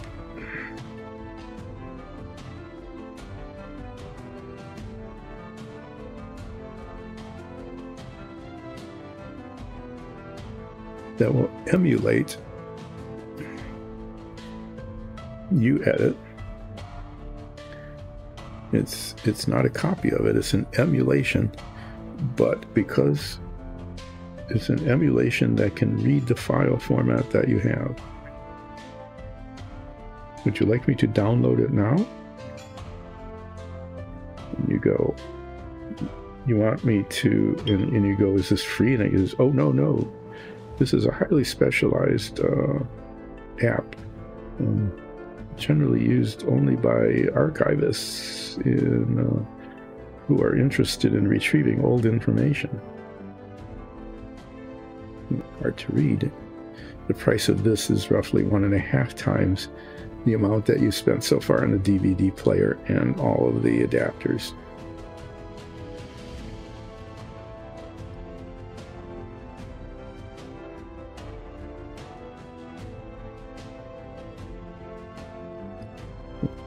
You know, you're not really sure that an emulation would work. So you say, no, I'll go with option 2. Please download now the app that will reformat my video file into one of 16 other legacy video formats. And chat goes, yes. Is the credit card we have on file still what you wish to use? And you're frustrating. Yes, just do it. And then you see, you know, some flashy ads for all sorts of videos and this, that, and the other thing, because, you know, there's no way you can just download this app that you've just paid a bundle for without getting ads for other things. One of the ads is for an emulator that will allow you to use a DVD player, a game controller kind of thing as a DVD player, and you step out and you get yourself some a salty orange crunchy snack and an energy drink of some sort, because that's how things are going. So anyway, you get this app downloaded now.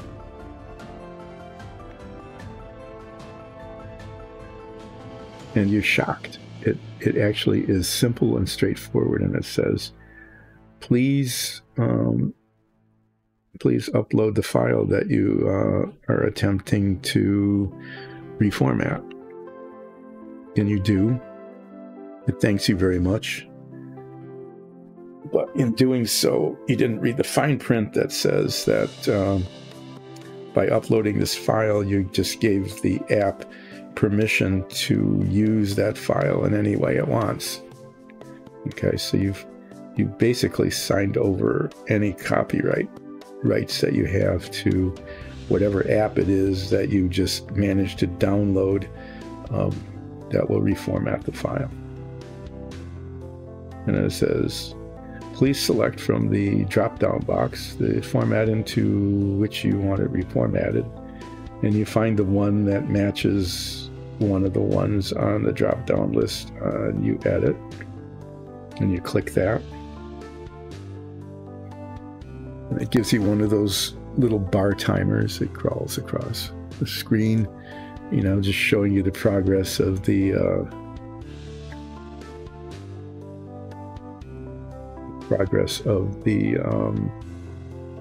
reformatting. And then you get this little thing that says, congratulations, you have successfully reformatted your video file from this format to this format. And it again doesn't mention anything about how you've given up all your copyright rights. You'll find this in your download folder. And it gives you a name, but it's not the name of the file or anything. It's just this like 23 character sequence of numbers and characters and things.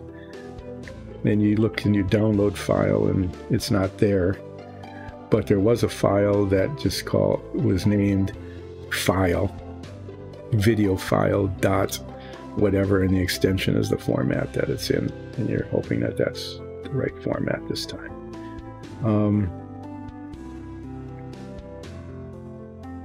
So yeah, you've got that now in your download folder. And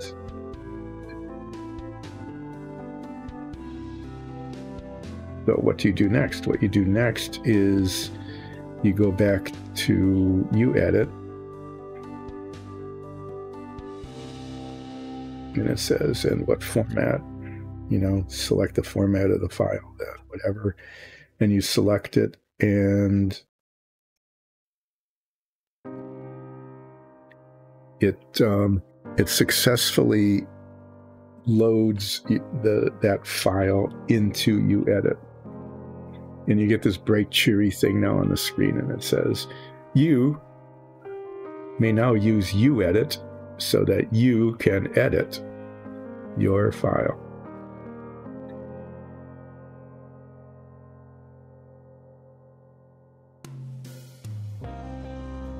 What would you like to do? Okay. And what you want to do is you want to excise out certain parts of it that are boring, you know, or where there was a noise in the background, or where you had to reshoot something. And you want to splice in something else. Oh yeah, that's great. You decide that you suddenly recall that you wanted to splice in something from another video, okay, that you did, that you want to splice into this one. And you, of course, recognize that that is not in a format that is readable. It's not in the same format as the original, because you've never really paid attention to this format thing, but it's not one of the ones that UEdit accepts. So, yeah, so that's great. And you do the thing again, and you give this app that you downloaded, that you actually didn't download, Chat downloaded it for you. Chat took care of that for you. You've now given up copyright rights to that as well, of course, without knowing it. So now you've got this other one in your download file. Again, it's just called video file. It's the same name. It's the only name that this software produces for its downloads. But you recognize it because it's date and time stamped. And then you want to do some, some fades in and out, some simple transitions and things. Yeah, so that's how that's going so far. And I am going to paint the fire extinguishers since I've got all these pieces out here. Several of them have fire extinguishers on them, and they need to be painted red. So I'm going to go ahead and do that.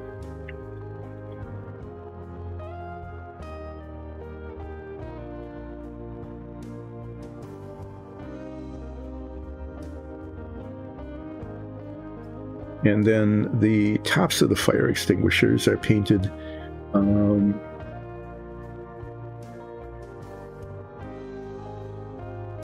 is it dark aluminum?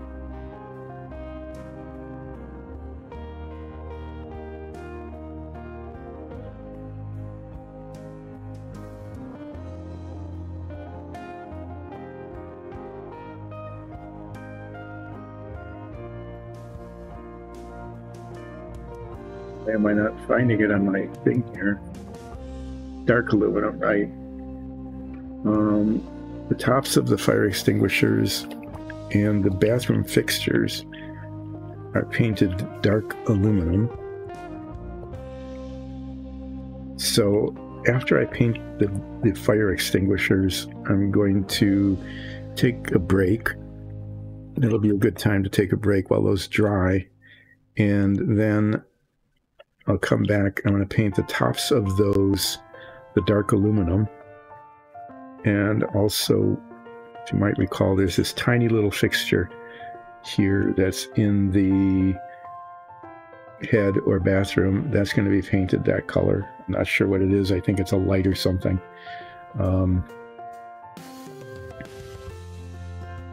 Need that dark aluminum as well.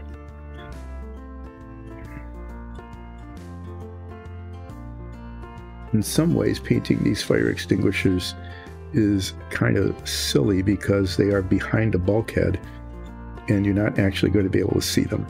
But there's a chance, there's a tiny chance that maybe, you could look through an open door or something onto them. And since they're there, some of them can be seen and some not. I'm just going to paint them all because I don't want to take a chance of later being ready to put it all together and discovering that you can actually see the edges of the fire extinguishers through an open door kind of thing.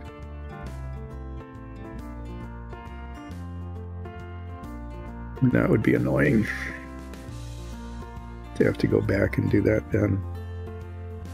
So it's just better to get it done now.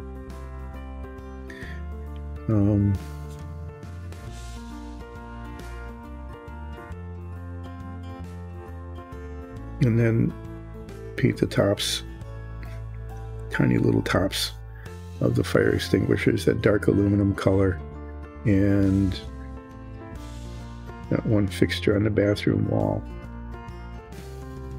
Paint that too.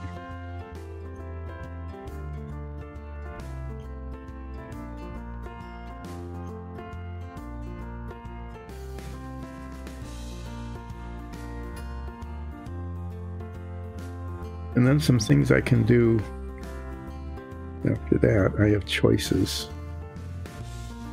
I can work on the bookshelves on these things.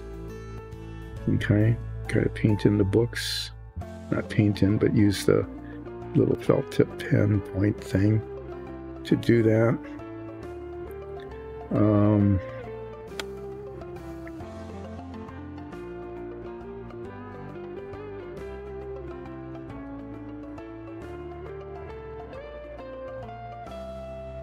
Some hatches.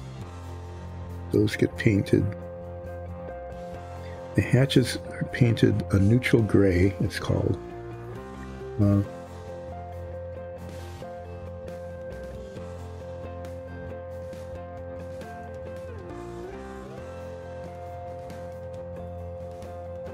The same color I'm going to be using for the control panels. So if I actually paint, see there's a hatch there. If I actually paint those, I'm going to paint the instrument panels at the same time. The decision I need to make about the instrument panels is, I painted the bottoms of the other ones. I better go back and check. Show you that in just a second.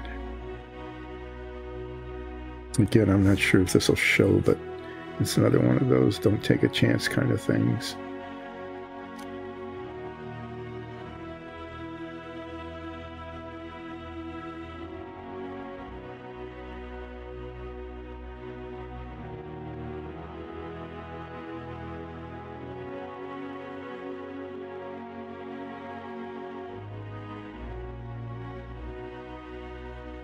I probably should have painted these like a glossy red, right? Fire extinguishers, but I didn't. So they'll just be this red.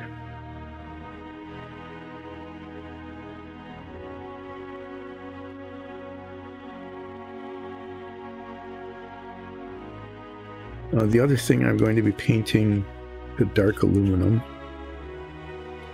is the sink, because that's a fixture as well, and the fixtures on the submarine are made out of stainless steel or aluminum rather than porcelain, because porcelain is too fragile and too heavy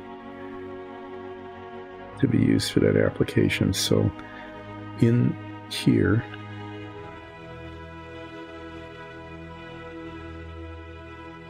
there is a sink. Yeah, great. So that's going to get painted that color as well. And I think what I'm going to do, because I don't want to just lose it, it's so easy with these tiny pieces to just lose them, is I'm going to make a little peak of sticky tack, tiny little point that comes up, because that's a very small piece and I need to get the edges. Okay, is there one? Yeah, yes, this is a thing where this could end up who knows where on the floor, right? There, I'm going to stick it on that so I can get around to the edges. And that will get painted the dark aluminum color also. There. That is this color. All right, so I've got tiny little bits of things to be painted this color, this dark aluminum color. I've got the tops of the fire extinguishers. I've got this little thing that looks like a light fixture that's in the head above the lockers, and I've got the sink, and that's what I'm going to do. And then the next thing I'll probably work on is I'm going to get the light gray out, and okay, here's, so let me just show you one of these. This is the question I have. As you see all these little control panel surfaces, there's like dials and stuff all over the place, is do I attempt to paint those first and then paint the light gray up to them, or do I paint the whole thing gray and then come back and attempt to paint all of those things later? I am not sure. Well, there's one. This one, this tiny little thing here, this one I actually can paint this whole thing light gray. Okay, and what there are there's just little buttons on them. I'm assuming that those are buttons that I can paint black or touch with the felt tip pen. I don't think that those, that might be a light panel. What do you think? That could be a panel of lights, indicator lights or warning lights, and I could do them all green except for like maybe two that would be red. And then the bits down here, the tiny little bits down here, I can do black. So this might be one that I experiment with. Just to see, just to try. But, I mean, you've got things like this where there's just all sorts of stuff on the walls that you go, wow.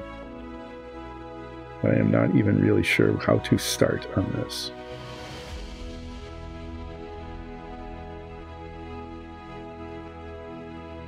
Okay, I'm going to take a break now, and I'll be back probably a little bit after 12:30, and then we'll continue working on the submarine. I'm getting painting done. I'm doing painting.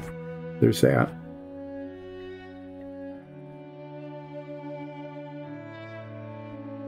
And either fortunately or not,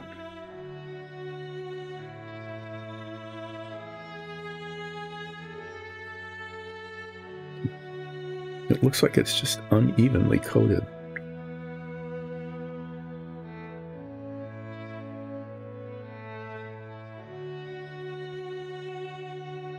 I need to put a second coat on some of this.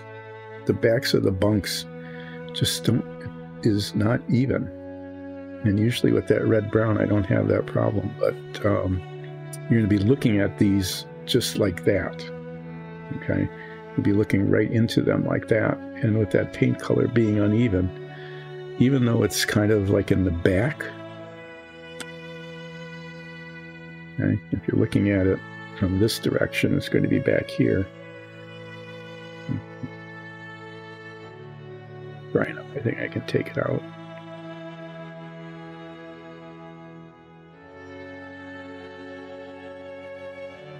It just looks, scabby.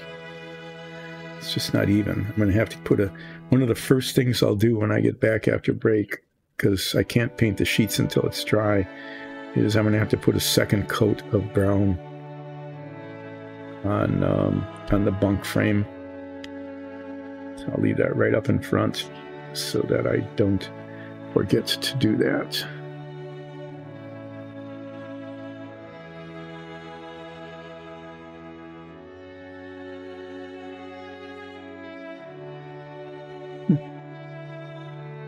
Use that color all the time, and now I don't have it.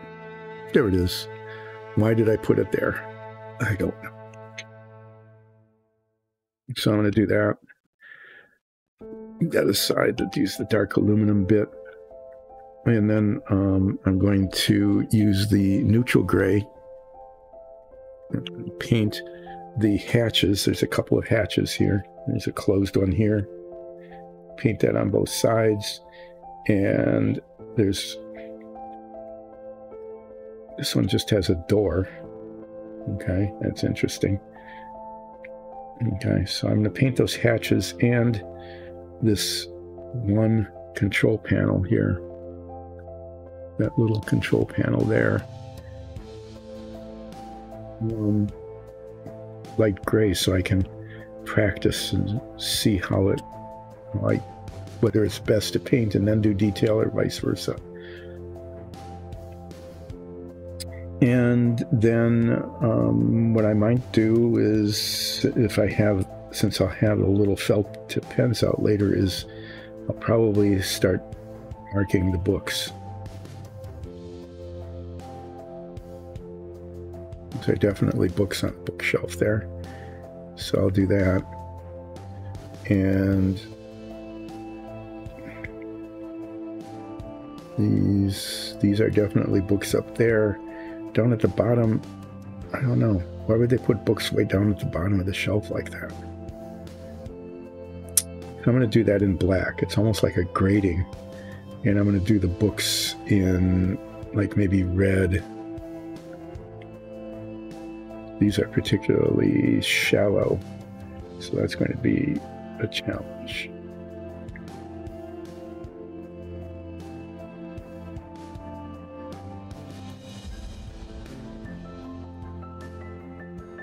Okay, I said I was going to take a break. I really need to do that, and then I'll be back and I'll do a second coat on this. Probably using maybe I'll use a little softer brush.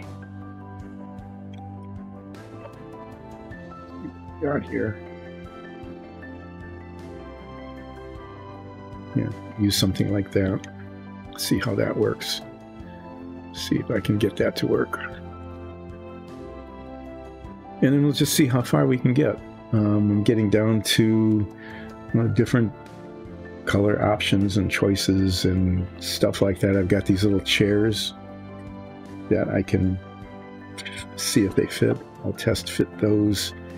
That would be a thing to do too, is to test fit those into the little holes where they're supposed to belong, to see if they fit correctly. And if so, I can paint those this green. It's the same color as I used before. Hi.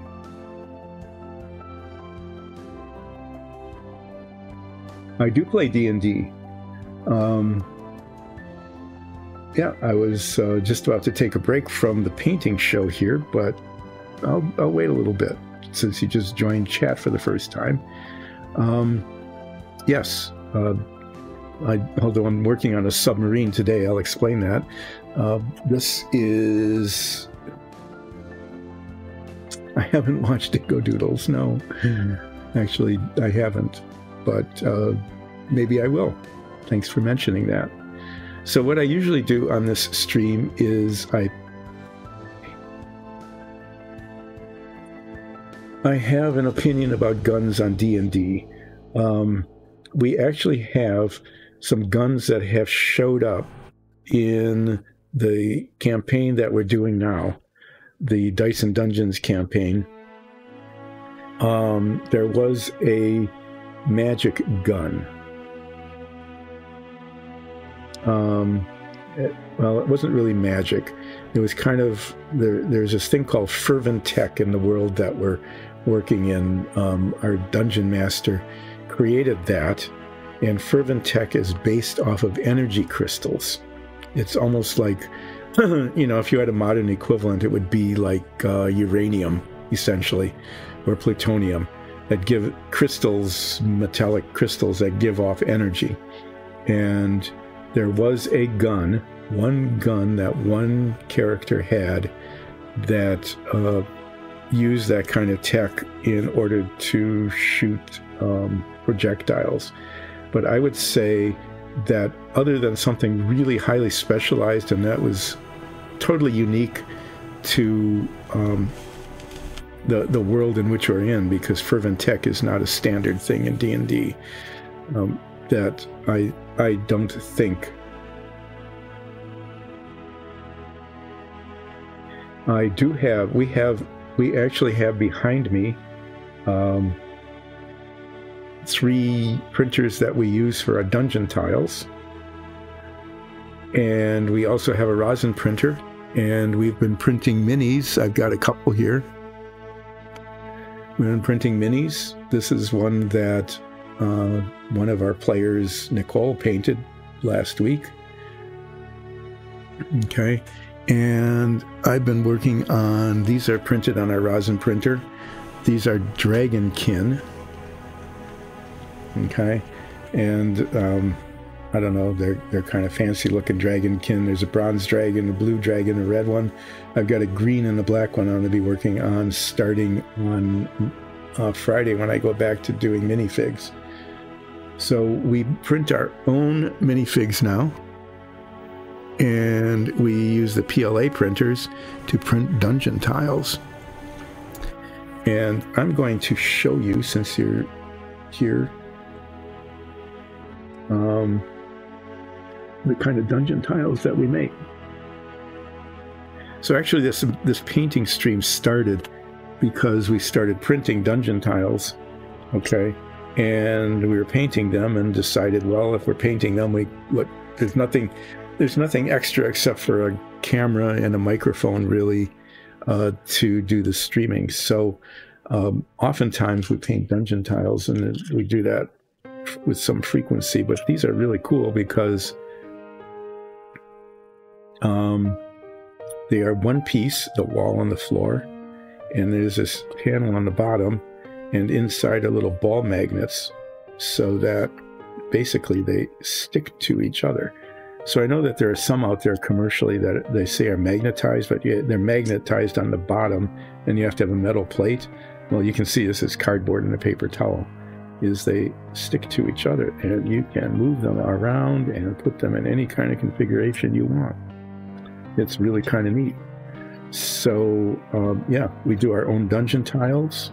We have rough stone, cut stone, and wood, stuccoed, paneled wood, and after they're painted, they look really nice. And we also have sewers, and we're messing around in the sewer right now.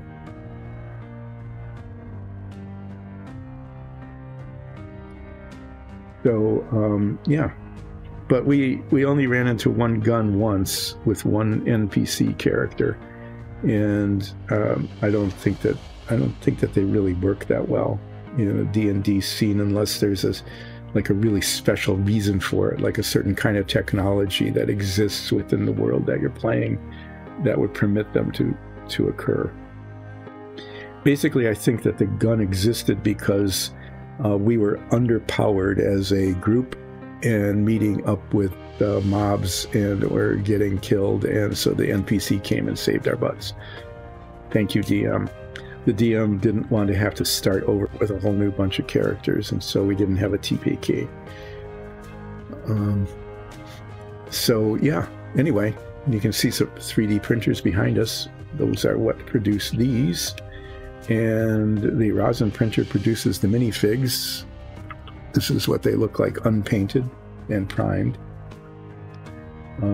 I broke off the hilt while I was doing a little bit of cleanup. So some of what you'll get to see on Friday is me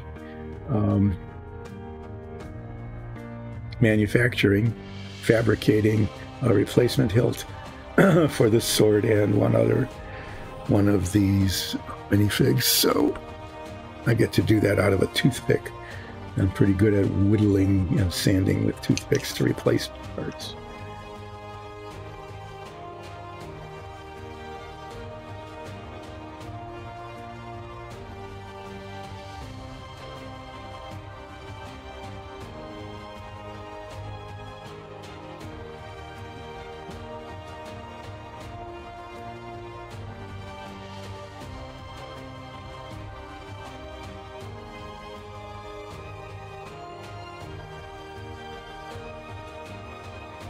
Going to let who moderate this. I have been hydrating here a little bit, and you joined in just when I really do need to take a short break. So I'm going to be back in about 20 minutes, and I'm going to continue with Submarine Wednesday.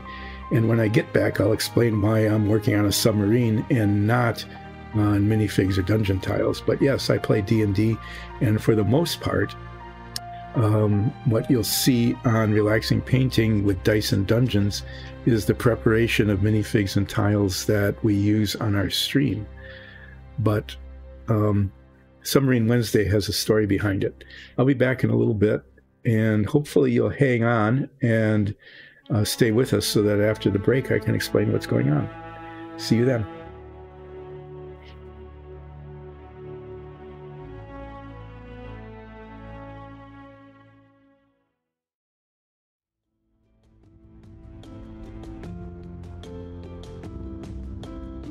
Well, there's the other camera.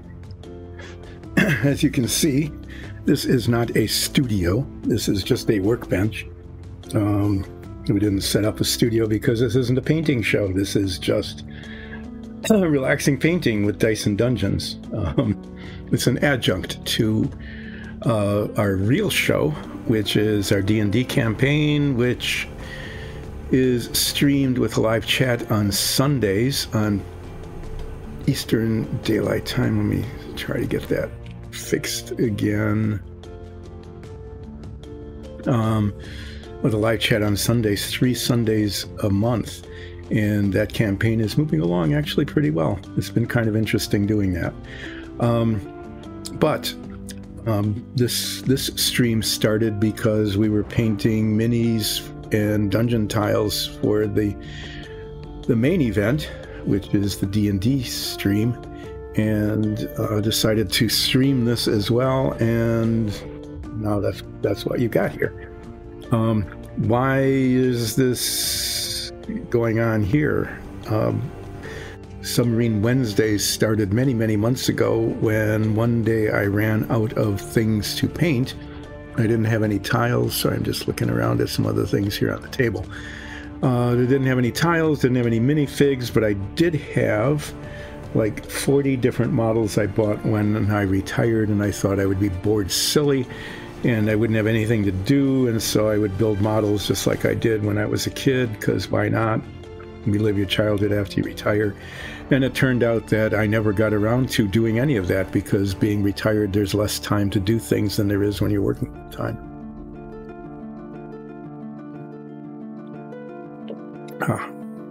Finally having a cup of coffee, I can start to wake up.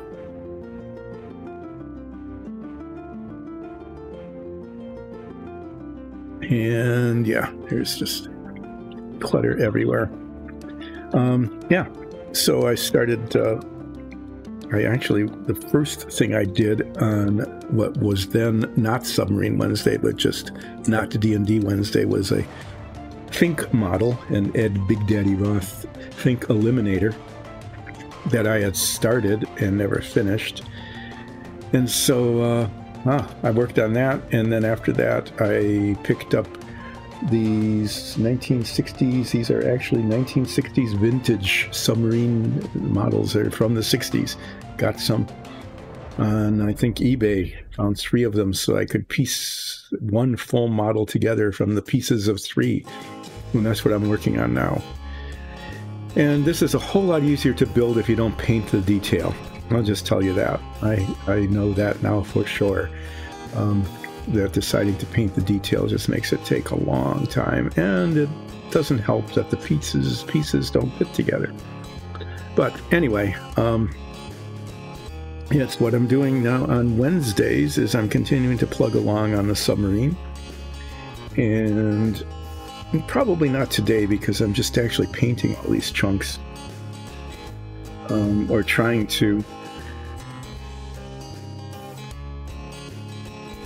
Is get to show you maybe next week, maybe the week after, get to show you how all these things fit together, because I'm getting really close, meaning probably within the next 2 months, of finishing the first third of the submarine. What I'm doing here is I'm putting a second coat of brown paint on the bed frame, the bunk frame, because it didn't cover very well the first time, so I'm doing a second coat. And this is important because when you're looking at this, you're looking straight into it on the outside of the cutaway of the hull.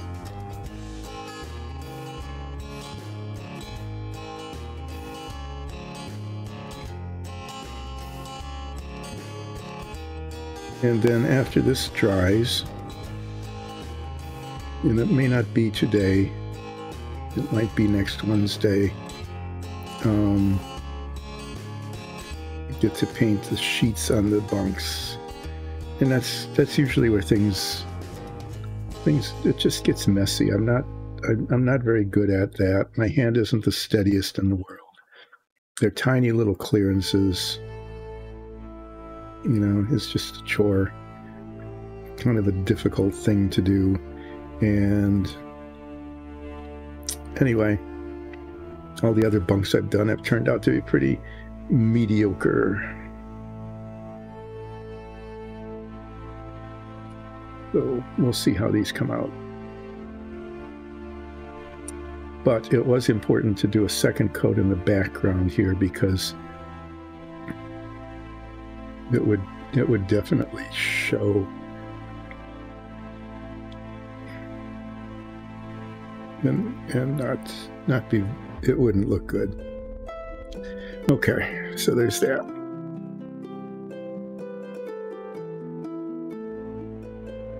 For those of you who have joined in for first time chat, thank you very much. We really appreciate anybody who chats, who follows, who sponsors, or maybe even goes to patreon.com/diceanddungeons. I always have to throw that in. And becomes a patron and a supporter of their Dice and Dungeons efforts. Okay, so there's that. What I'm going to work on next are some just little bits of things, tiny little bits of things that I'm going to have to find the ittiest brush. My teeniest little brush disintegrated on Monday, so I have modified a brush by cutting off some of the bristles, and what I'm going to do now with the dark aluminum is paint the tips of the fire extinguishers, the metal parts of all these fire extinguishers, the light fixture on this piece here, and the sink. And after those are done,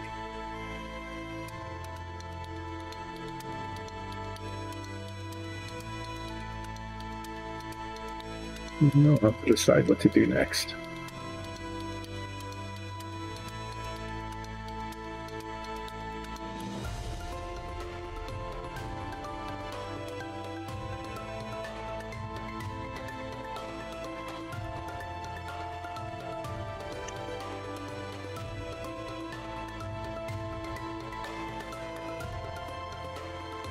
Keep reminding everybody this is not a how-to show, because it's stuff that just gets in the way of everything,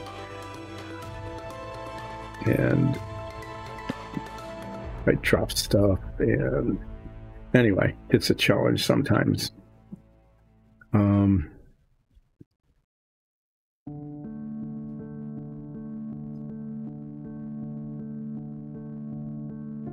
Sometimes, when you started playing Dungeons and Dragons, before almost everybody who ever watches the stream was born, just to give you a hint, okay, when I started playing D&D, I'm going to say that probably 95% of you were not yet born.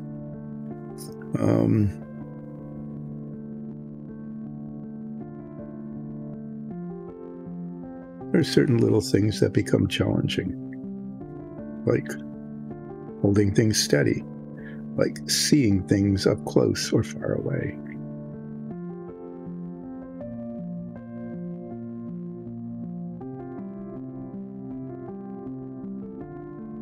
Going on and on about 1960s cartoons. Theme songs, all the TV shows back then. Back then, ages ago, all the TV shows had theme songs. And everybody memorized, because you couldn't help it. I mean, there was no way you could help but memorize and remember and sing along with the theme songs. Okay? So, when the Beverly Hillbillies came on, everybody knew that once was a man whose name was Jed. I mean, everybody just knew that, and you sang along with that.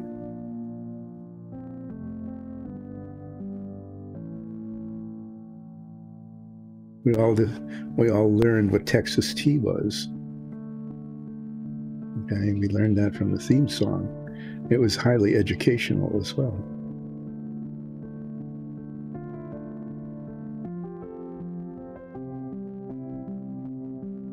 We learned that Mr. Ed would never talk unless he had something to say, which I have mentioned a couple of times is probably true of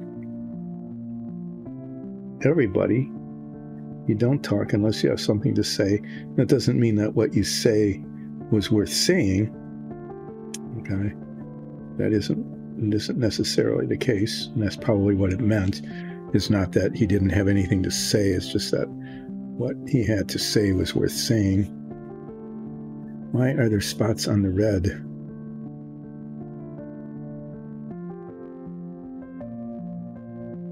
I'm going to have to touch those up. That's annoying. One more of those annoyances that happen.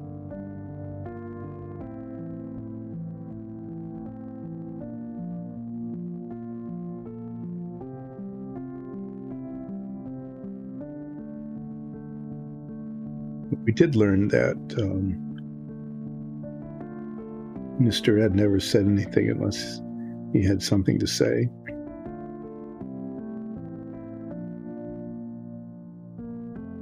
Which was probably meant metaphorically, in that, not that literally he had something to say, and like most people don't have something to say because they say something if they're talking, right?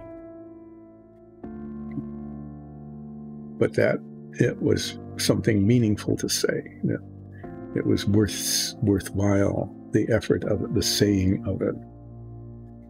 At least that's what I think was intended by that. Whether it succeeded or not, I don't know, but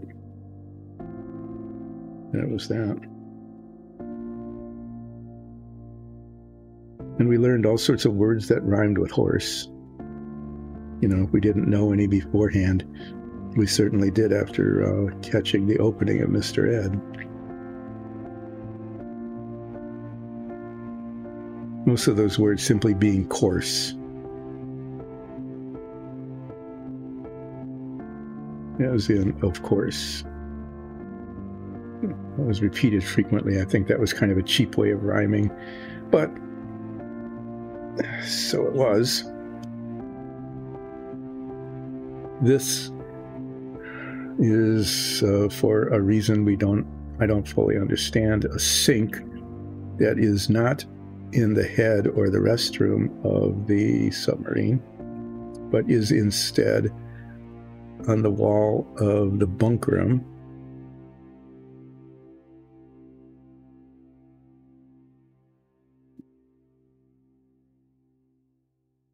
And this goes on a little shelf on one of the sets of cabinets and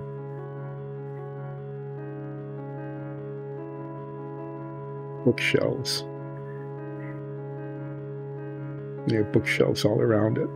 You always put bookshelves that sink right under your bookshelves so that, you know, they would fall in and get wet.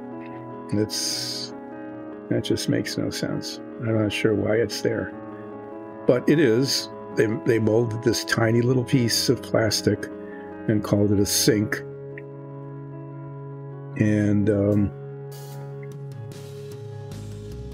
it's installed right there on the shelf of the bulkhead.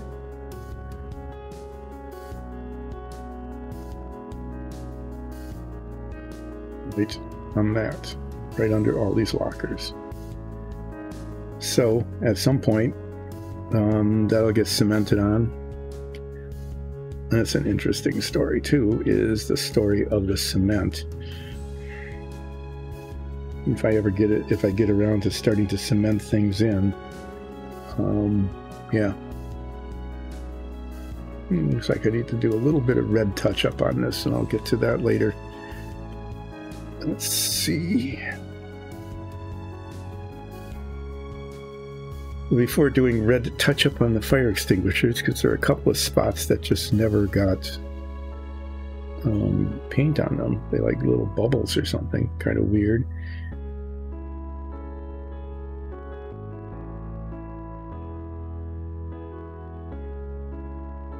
Maybe, yeah, I did an okay job with that. So the next color I'm going to be using is a neutral gray to be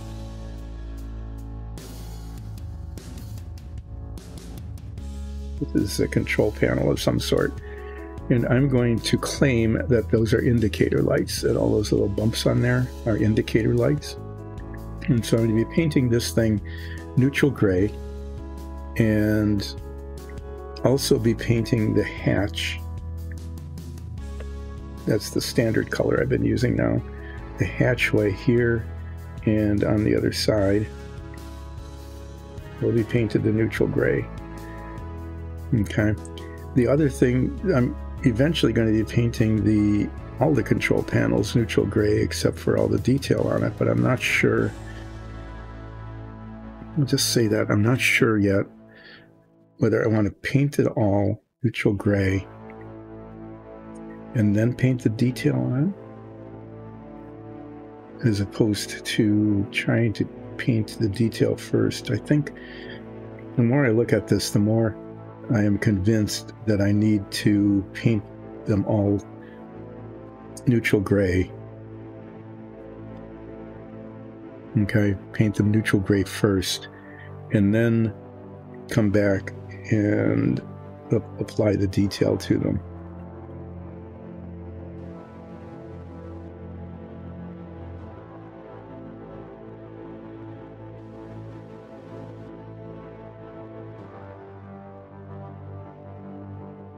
I might try to paint around some of these dials because some of them have little highlights on them. Not all of them, but some of them do. And they're like pointers and things, and so they need to be painted white. And they've got kind of a technique that sort of works, that allows me to show the stuff on the dial. Like you can see this piece here, where I with some success was able to paint, or inked actually, the detail on the inside of the dials. This is a piece that needs further action. This is where I painted the detail first, and then I'm going to paint around it. But I think as far as the control panels go, that the better part of valor here is to paint them gray and then do the detail work after that.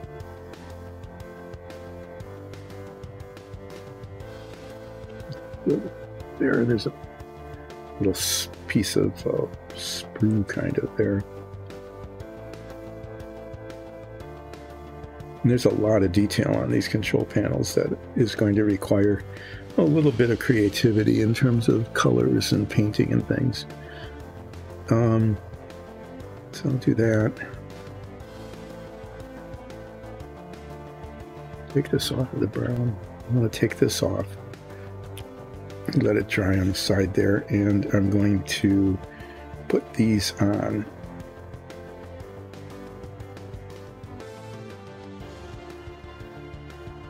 Just to hold them while I paint them.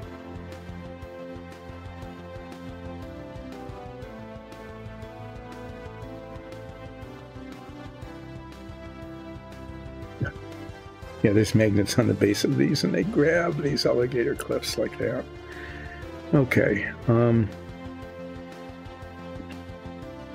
this needs to be set aside so it's not in the way as much as it is right now. And it is definitely in the way. Okay, so I'm going to be painting these neutral gray, these bits, and the hatch. And I'm going to use this brush, and I think this brush worked fairly well. Give this a good stir.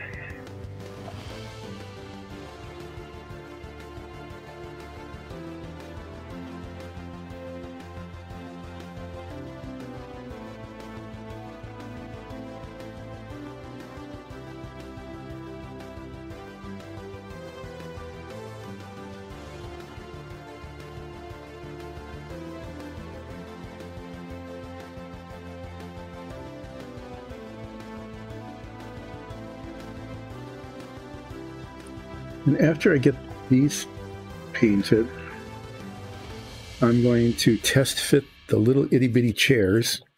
Little bitty chairs. And if they fit okay, I'm probably going to paint those today as well.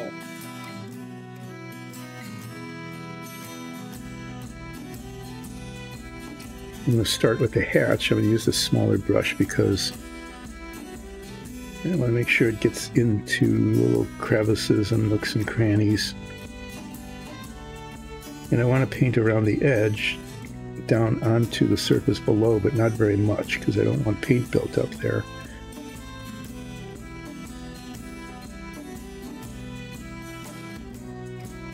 I do want to get down around there so that when I paint the bulkhead, there aren't any unpainted areas showing.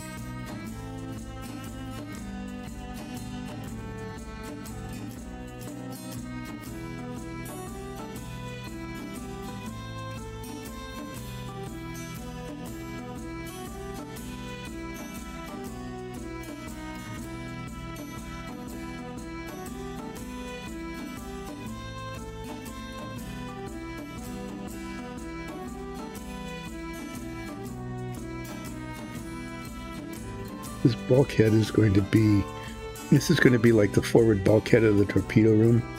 I'm going to be painting the detail first and then painting the color. The bulkhead paint, the color. I'm going to paint the bulkhead itself later,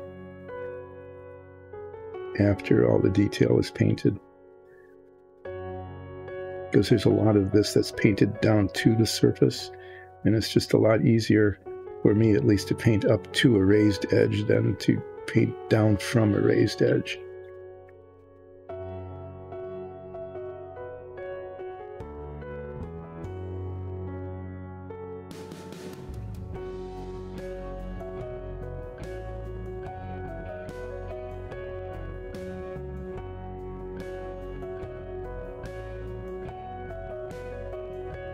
There's a control panel here. Control panels are going to be painted this same color. So I'm just going to go ahead and paint this now. I'm not sure what to do with these conduits. They're raised conduits. They might just be painted the bulkhead color, because I don't see that there's a reason why they wouldn't be. This control panel area is actually difficult to see. It's like there's a couple of raised things built in right into the bulkhead.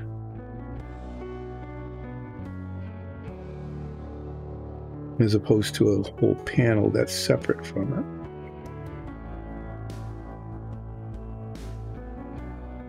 And there's a bunch of little dials and things here.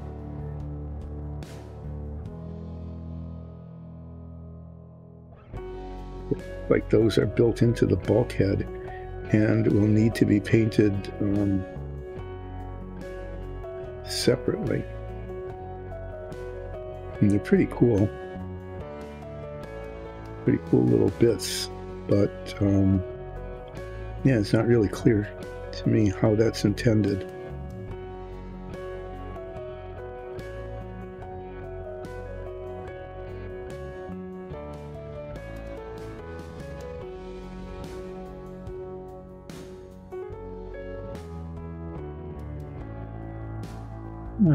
Okay.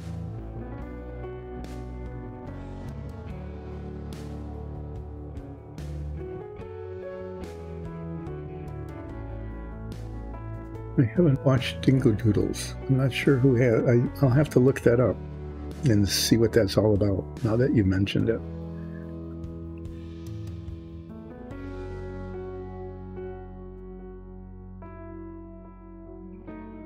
How I did this, I painted around this door and then like missed a whole spot.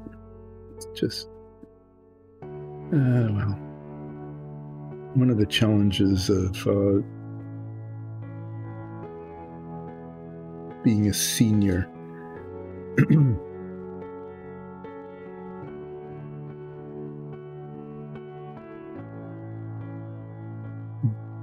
play around with these little dials and things. I'm not quite sure what to do with them. I'll do something to highlight them later. Excuse me. So this, right after the break,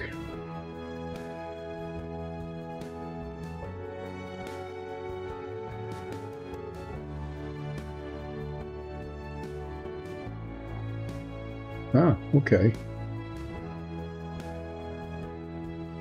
Partnering with Euroforge to make the minis for it.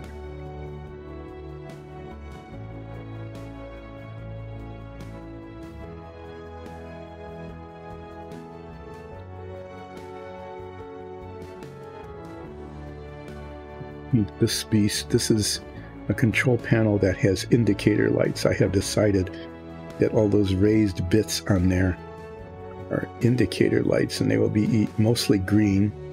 But I'm going to paint one or two of them red, or color one or two of them red, you know, just because I can. If they were all green, it wouldn't be interesting, but if one or two of them is red, then that might mean that I don't know, like the reactor is overheating, or it might mean that one of the missiles is leaking fuel or something exciting like that. So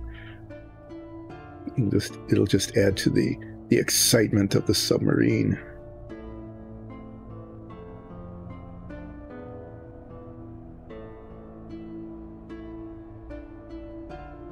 I see. Okay, so it's not just to make the minis, but it's actually to introduce the races. Cool. Oh, I see what you're saying. That they partnered with HeroForge, so that one can get minis of the races in the game. That's pretty clever doing that. To be able to do that. Okay, well that's gray now. Just stick it in there. I have to stick it somewhere. Yeah, because HeroForge is really well known for minis. We purchased some from there early on before we started producing a lot of our own, and you know, we're pretty happy with them. But then we got our own printer and we started making our own minis, which is kind of fun too, because you know, you can experiment with things. It doesn't cost a lot of money to try and fail when you're working with your own printer.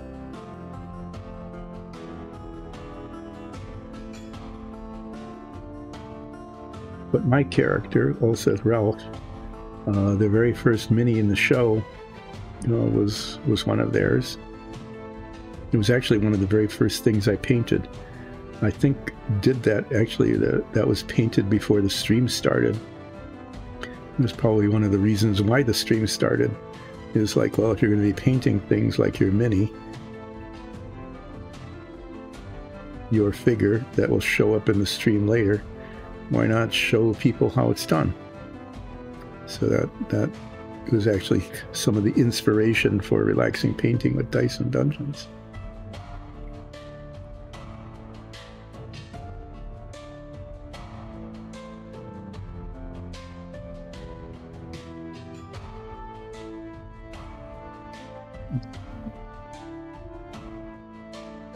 And then now we have Submarine Wednesday. This is moving. Yeah, it's going to be trying to decide, you know, how to paint all these knobs and buttons and everything else on here, so that you can see the detail, but it's not, you know, too many colors. It doesn't get silly. I'm not sure how I'm going to do that yet. And then some of the detail, you don't even know if it's going to be highlighted. Like, I think those must be indicator lights too. I'm not sure if that's what their intent was, or whether those are supposed to be buttons, or maybe they're just rivets. But in any case, I'll be deciding, you know, what color to paint them. And it might not be, none of this is going to be like authentic submarine colors because the painting guide just doesn't give us that. But, you know, once it's installed, we'll be able to see some of the dials and things, some of the details, so it'll just add interest to the model as opposed to gluing it together while it's just gray. You know, and it's coming along okay. I think at the very beginning of the stream, I talked about the huge challenge, though, that's being, there's such, just, this model was detailed design. I mean, beautiful detail in the design, but the execution was very bad, so the parts don't always fit together. And in fact, the deck into which all of these fit, this thing here, this deck, although it fits into the hull, doesn't fit in the right place, and it's like between eighth of an inch, which would be a ninth, right? Between an eighth and a tenth, it's a ninth of an inch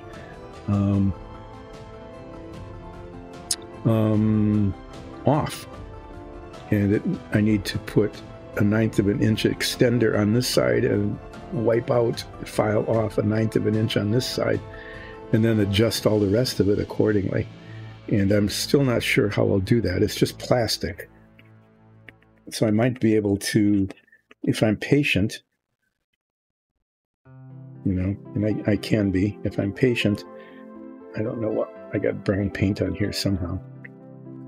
I should be able to fabricate a piece of polystyrene plastic from the sprue or the trees for the parts that would fit along this edge. Taking something away, you just need to be careful to keep it straight.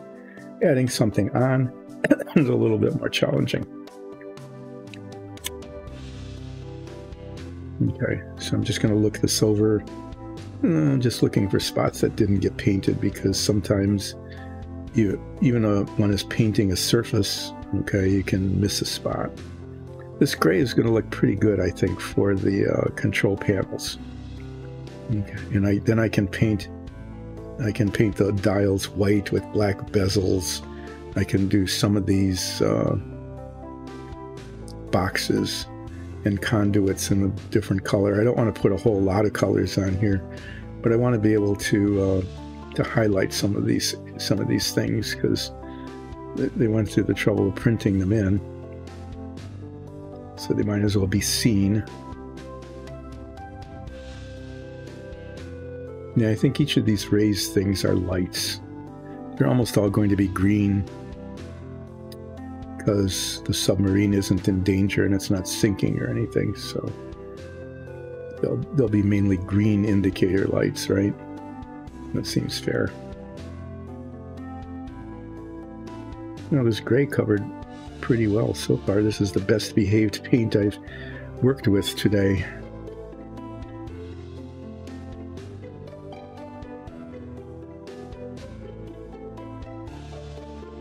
The others either didn't cover or they got it up.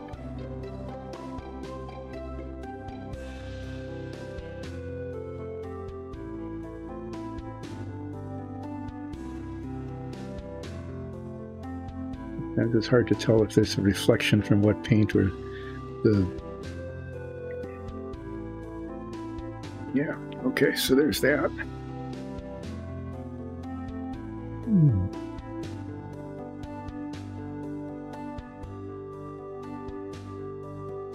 Yeah, I need to do a tiny bits of red touch-up on the fire extinguishers, so I'm going to do that next.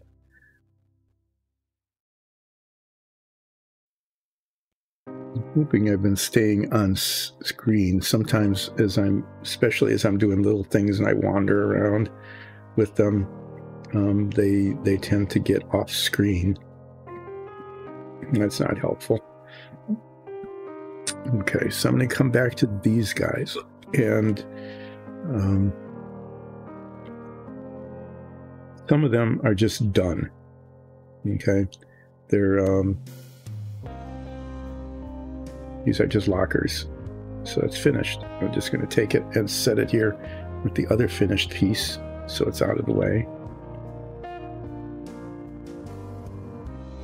Some of them like this are almost done, but they've got books on them and I need to highlight those. This is nearly done, but I need to paint the base color of the wall around it. Okay, that's something I might do sooner than later. That same base color gets painted on this one. It's the inside of the bathroom, or the restroom, or the head, actually, is what it's called. So those two use the same color. These have books on them. What's up with this?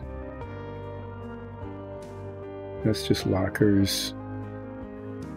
And really?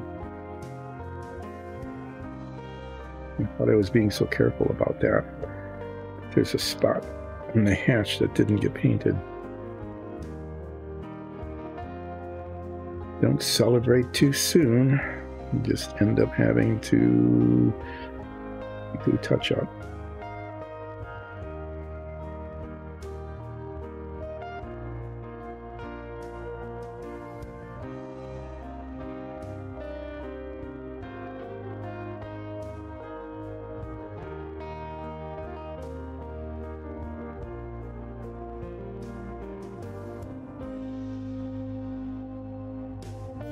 Right near the end of all of this, just before pieces are glued in or cemented in, there's always another period of touch-up.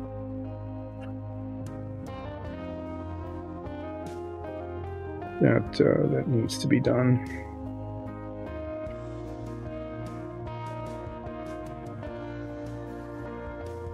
So here, look, I've got two pieces that are done.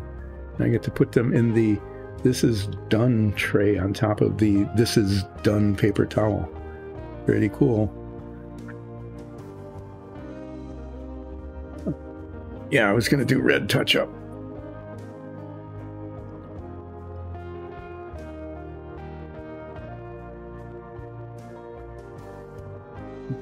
Just seeing things. That's just paint that hasn't dried yet. Take this up. I'm not going to use the stir thing.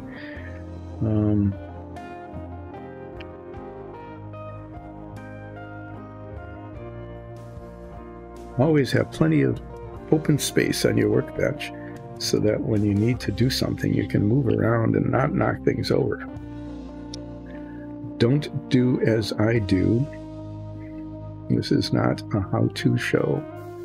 This is a, with some frequency, learning by negative. That is to say, okay, I need to put my head magnifier on here a minute in order to see this up close. I haven't had to do that yet. But I've got this handy dandy thing here. It lets me actually see things close up.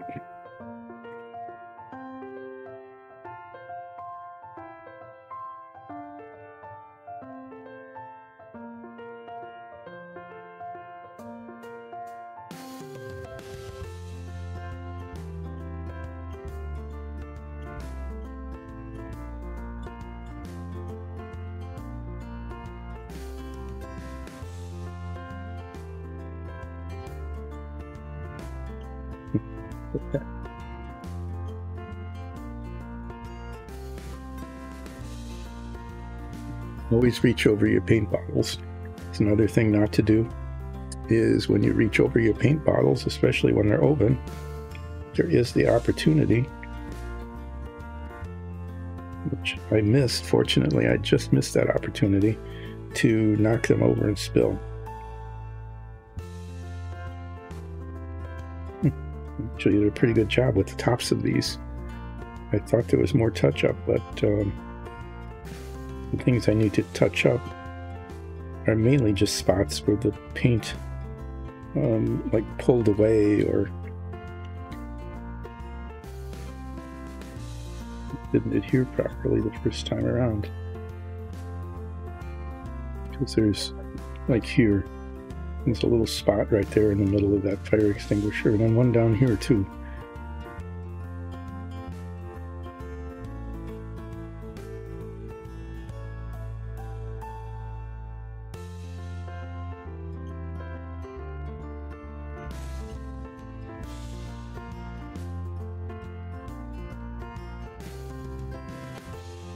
I'm not sure if those are meant to be books. You know, they're just not printed right to be books, but I'm not sure what else they would be. You know, in between the cupboards here is this row of just like corrugated stuff. I'm going to highlight that anyway, using the felt tip pen, because just so that there's a little detail showing. I'm not going to mess around with the lockers. The lockers are just painted lacquer color. Not lacquer, but lacquer. These things, they just look like they need something more. Yeah. Bang! Knock it over.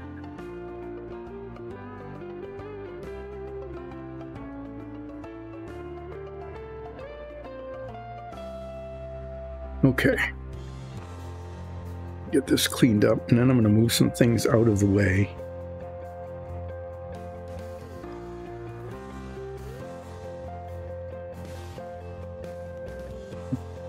Do these are pretty straightforward if it works, if they decide not to be a problem, and that's the little chairs. And the problem is that if they pop off the alligator clips, they go flying and then disappear forever. So I'm going to move these things that are mostly base coated or aside. Way aside.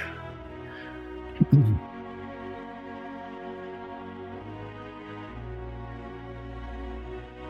then I'm going to show you what I'm getting into here. Okay? I'll be using this color.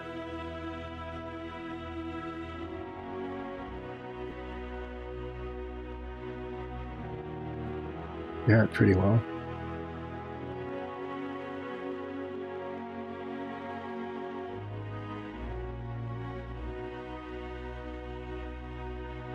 There we go. Right in the center. This is this right on the edge maybe of the ring. We could put a little, could tape it on, duct tape, because that's how you know, why not use duct tape? Use duct tape and use a laser pointer, and then the laser pointer would be pointing right to where the camera is pointing. And then I would know if I'm on screen or not. The other option, which I've used, is to move the camera way back so that you get a big, wide view. But if I were to do that, especially with these next things that I'm going to be painting, if I were to do that, you wouldn't be able to see the things I was painting, much less the application of the paint. I need a really soft bristle for these, because I want the paint to go on and not pop them off of the alligator clips.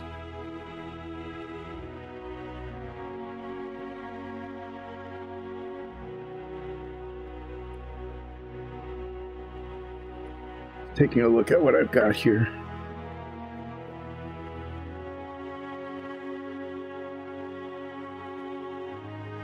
This used to have a point on it, and now it's all splayed out. I don't need a point, I just need soft bristles.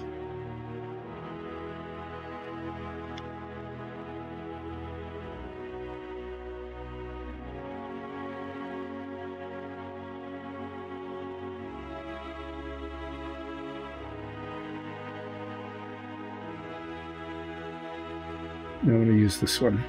These other guys will go back. Okay. Ta-da. Pour these out. Okay, see these? These are chairs. Lovely, huh? This is a, I hope I don't need this one. This is a not perfect chair. These chairs, when they came off of the sprues, were just a mess. They had flashing all over them. The two sides of the molds weren't together. And so they needed to be sanded and filed quite a lot in order to be usable. And what I'm going to do here, so I'm going to get a piece of paper towel and put it down into the bottom of this box, because after they're painted, I don't want them to be scratched up. So this is the box which will be holding them. This sink is now dry, so I can add that. This is the third completed piece of this control. The other two are up here. Okay, that's pretty impressive, huh? 1, 2, 3 little pieces that are done. And okay, so I need to do two things with these chairs. One is see if they fit into these holes. Okay. These are special chairs. These are large size chairs that people sit in front of the control panel.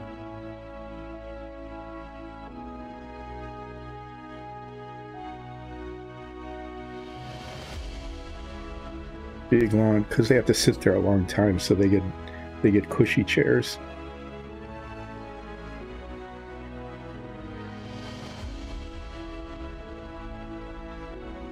These are the same kind of chairs you get down in the mess hall. They're not bad chairs, but they're nothing special. There's one there. I don't know why these guys don't get big ones, because these are control panels as well. So you'd think that they'd have to sit there for a good long time. And there's a third one. Where'd that one go?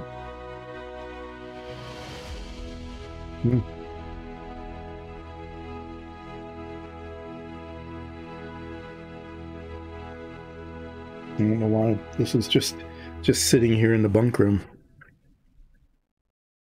Just there. And then there's this weird guy, okay? This is a chair on top of a pedestal. And that's designed, I don't know if you can even see it, right? That's designed to look through the periscope. And that goes up here in this hole. Okay, and that actually doesn't fit. The other 6 chairs are fitting, but this weird chair, this periscope visor chair, high chair, is supposed to go in there, and it doesn't. So I'm going to have to, that's why I test these things ahead of time, you know. Sometimes they just don't work.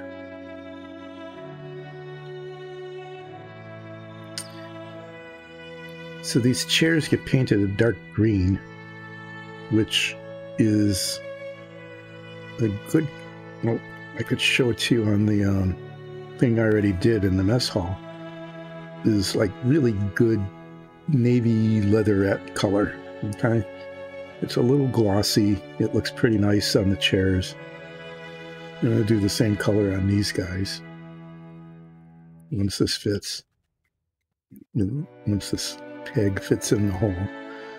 It's a round peg and a round hole at least.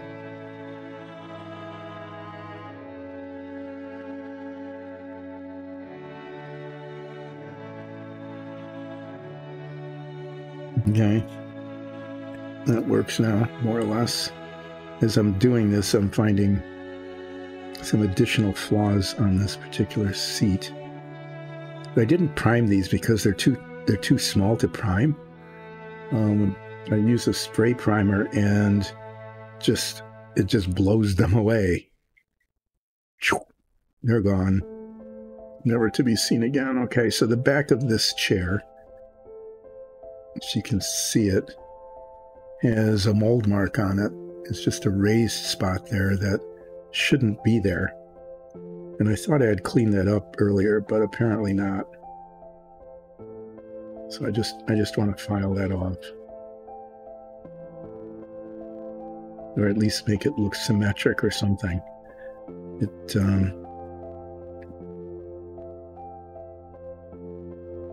It's this raised spot, and it doesn't go all the way across the back of the chair. It's only on one side, so it's definitely not meant to be there. It's meant, it just shouldn't be there. It should be gone. So I'm making it gone.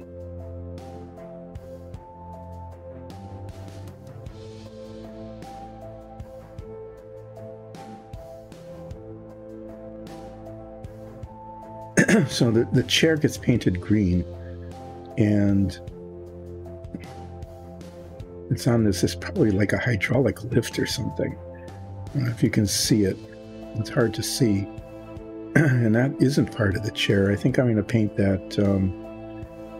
I don't want to paint it like metallic. It probably is metallic, but it would be really distracting, I think, if I were to paint it metallic. But I don't know. I might paint it black, maybe.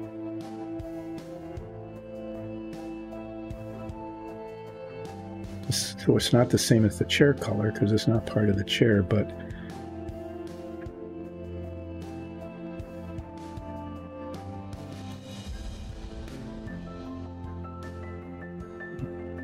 we'll worry about that after I get these chairs painted.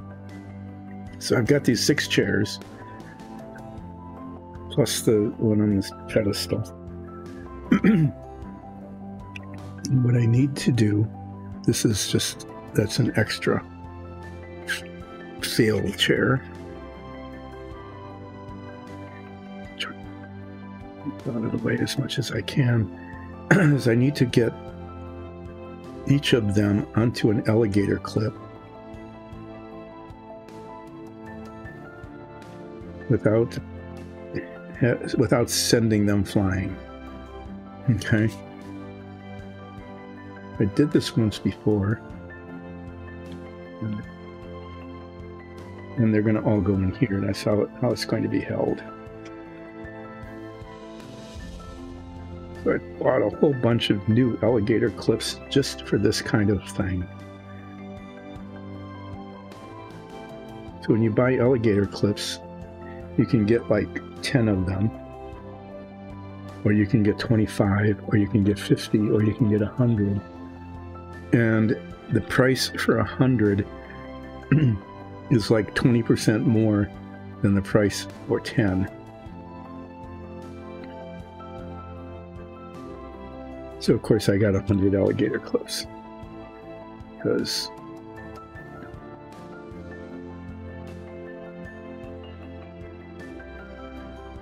how would you not? How could you pass by something like that and pay all of that extra for the not quantity discount, right?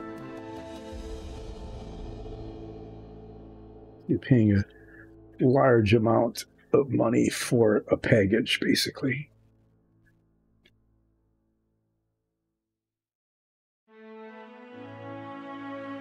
Ooh. Oh, I thought I dropped it. Oh, it's still there. I thought I heard it drop. That would have not been good. Okay.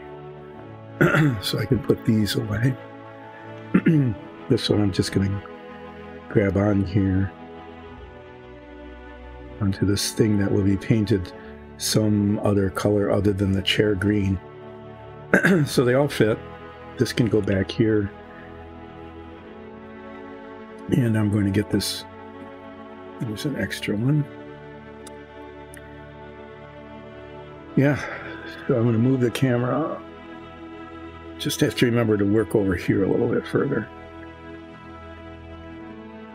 So these are 7 chairs on alligator clips. This can move, because otherwise I'm going to knock that over. Because these aren't going back in the box until they dry. They're going to be stuck on here.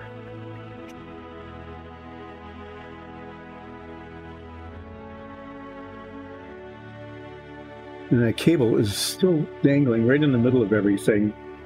Who said that they bought an extension so that we could take this cable and get it out of the way like that. But if it's here, I don't know where, and it hasn't been installed. And anyway, that's the thing. That's why this isn't a studio. That's why this is a workbench with a camera on it.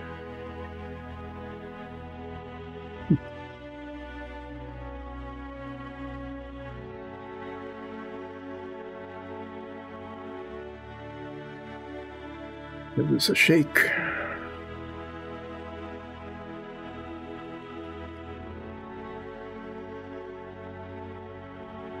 And now I'm going to attempt to apply green paint. No, don't do that.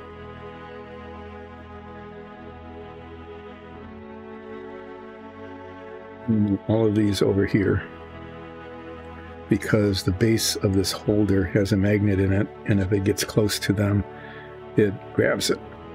So I'm going to attempt to get paint onto all these chair surfaces here, okay, without knocking them off of the alligator clip, which would then send them flying, which would make them disappear, which would mean that I'd probably have to borrow or steal pieces from the other kits in order to replace them.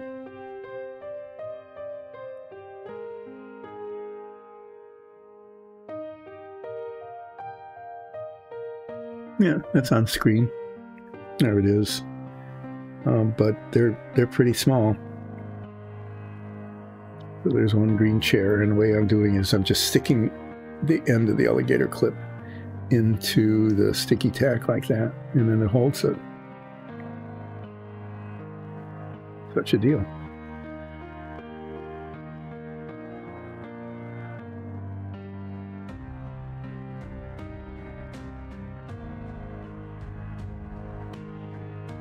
Which is working okay. It's big enough so that it covers the surface pretty quickly, but it's very nice and soft. So it's not putting a lot of pressure on the plastic surface, which is important if one wants it to not go somewhere else.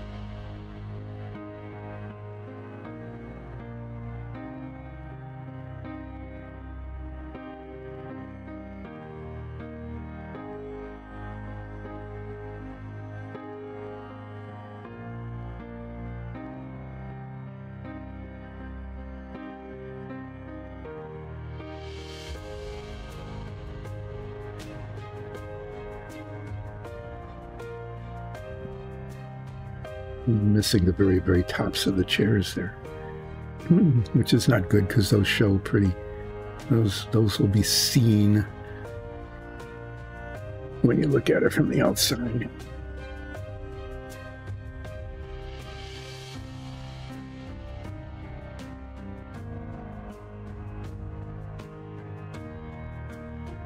But even though it doesn't look like much in terms of amount of surface area covered, I've been doing a lot of painting on this particular relaxing painting stream.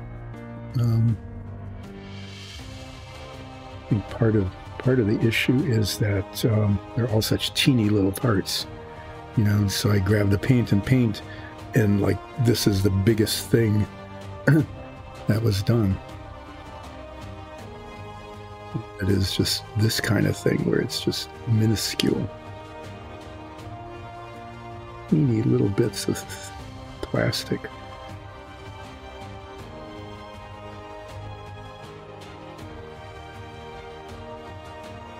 I don't know if you could even notice, but the little chairs are actually on pedestals, and underneath the pedestal is the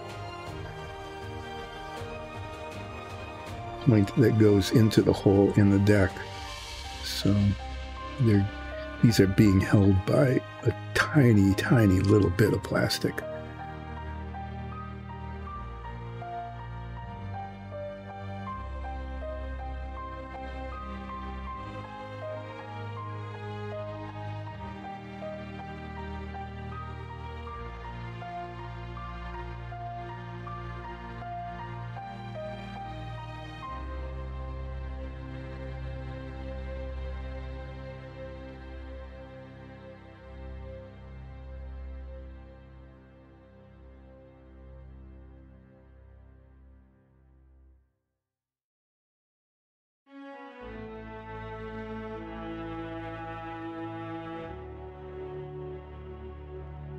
Yeah, it's kind of funny looking, isn't it? But it works. It holds them. And they don't bump into each other, and then they'll dry. And after they've dried, I will very carefully inside that box probably take them off of the alligator clips and put them into the teeny piece container box.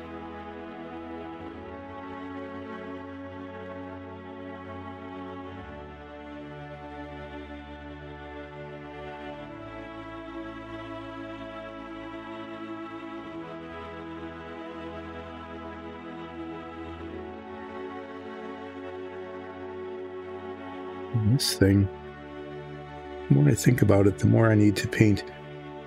I need to paint the thing underneath metallic, because it almost certainly is some sort of like hydraulic lift. Okay, that the periscope looker thrower, it's up on the chair, and then the chair lifts up to the height of the periscope controls. And if I were really concerned about it, I would actually paint it 2 different colors. Because if it's hydraulic, there's a very silvery part that goes inside of a tube. But I'm not going to do that. I'm just going to paint the whole thing duraluminum, not the dark aluminum that I use for like the bathroom fixtures, but slightly lighter color. Because I'm pretty sure. I mean, it has to be. You can't just climb up. There's no ladder or anything, so the chair has to be able to go up and down. So I'm going to paint it a metallic color. And, you know, hopefully it won't look too weird. Any weirder than it does already, because it looks pretty weird. It's a pretty weird little piece of furniture. This. Yeah.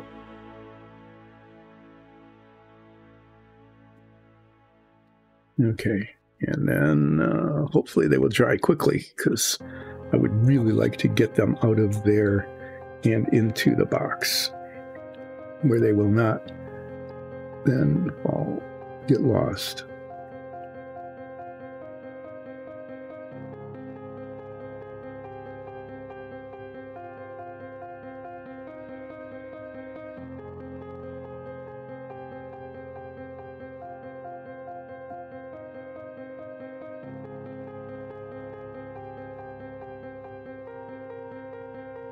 I can paint. These need to be. Whoa! Yeah, it started falling. Did something if it hit there and then sprang open. These guys need to be painted too, but I'm not sure if I want to paint them now or if I want to wait until I have trimmed them. You know, I think they're just going to have to go through too much manipulation to be able to work, because they are just the wrong size. Okay, they are 3 different sizes, none of which is the right size. So I'm going to have to take some time to measure how long they need to be and then cut them all down to size. So I don't know. The painted parts are kind of going in here. I'm gonna just set all of these things are going on the paper towel. That's what I did with the parts for the other part of the submarine. So I'm going to set these guys there as well.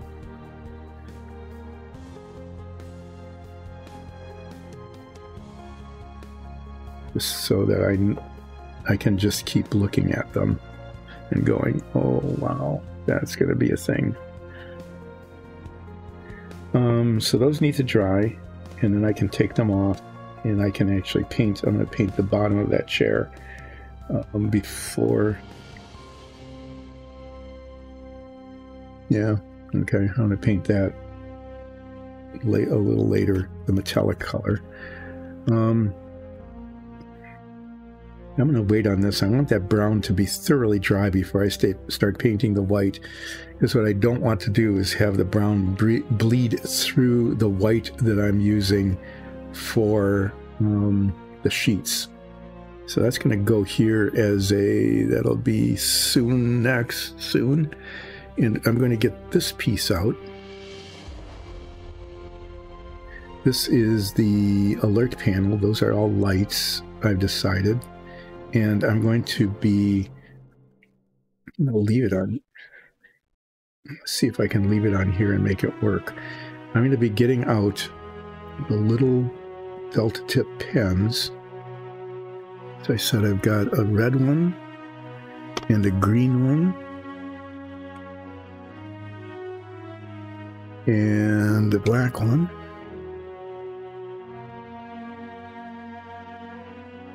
What to be doing is on almost all of these, all but 2 of them, these little bumps are going to be green, and 2 of them are going to be red. And while I've got the red felt tip pen out, going back to these guys here, one of the conventions is that the handle on the hatch is also red. So I'm going to use the red felt tip pen to do those. Oh, it's almost time to quit. Let me see how far along I can get on this. What I should be doing is I should just be wrapping up right now rather than starting this. So, in the spirit of doing things not a disastery way, I am in fact going to wait on doing that stuff because it's almost 2 o'clock, which means it's time for relaxing painting to end. Wow, considering how little got done, apparently. I mean, you don't see very much happening here. Actually, quite a lot was done, and I'm going to take the time now to take all of these pieces where the paint is now dry, set them here, these there, reach over here. They're two-sided, but that's why they're on the paper towel, right?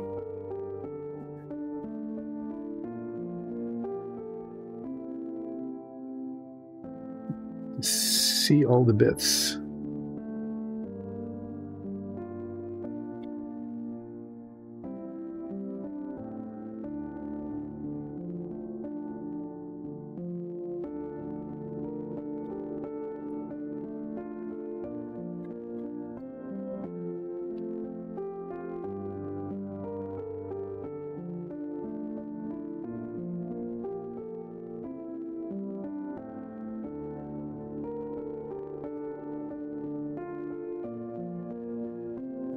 Just moving stuff around here. Yeah. So what needs to be done here is just a whole lot of stuff. There's this bit. Let me move this so you can actually see it. Huh. There, that would be a thing, wouldn't it, to be actually see what I'm talking about? Here's a whole bunch of pieces for the submarine control room. Okay. These are actually done. Yay. The bunk, the sheets need to be painted white. Okay. On this one, there's some buttons or something or other down in the panel that'll be black, and the indicator lights are going to be mostly green except for 1 or 2 that'll be red, just to say, something's wrong. What could it be? Is the submarine going to blow up? I don't know. Okay. So there'll be a red indicator light, 1 or 2 on that, and then that will be done. On this, there are books on the bookshelves, and those need to be done with the fine tip pen. Those will be like black and red. The same thing's true here. It's like books on the bookshelf there that need to be done that too. And then Little detail work, like the porthole there is chrome and then the handle's red. So there's little detail bits all over the place on these things. And then the backgrounds of some of these need to be painted the color of the walls of the room in which they occur. So like the ones that are here, this side is the color of the head or the bathroom. So that'll be painted kind of a very light tan kind of color.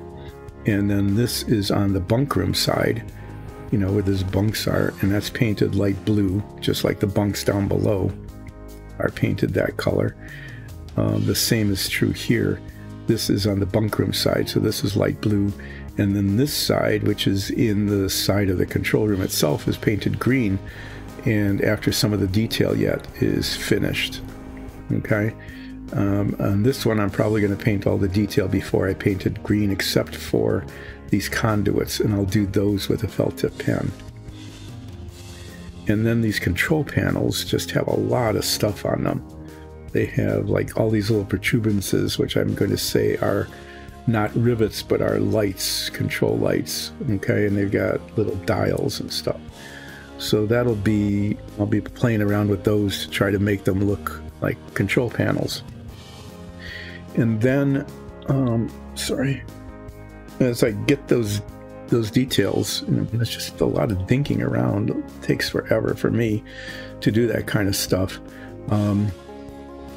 As that gets done, I need to then do something like test install this back into the submarine. Okay. And measure exactly how much needs to be added and how much needs to be taken away for it to line up, for these tubes to line up with the periscopes and radio antenna that come down from the conning tower or the sail. And once I can do that, I'll add those on. The floors get painted pretty much all the same color. For the most part, it goes this way. Yeah, and there's some built-in control panels and, you know, some steps up and things that might need to be painted different colors.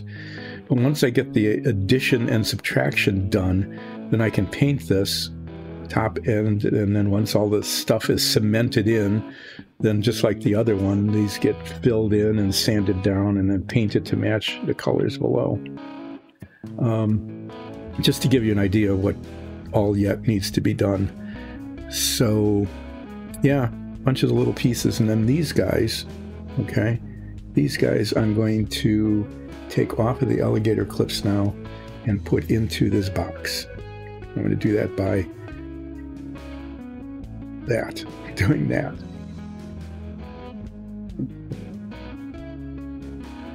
The paint dry enough?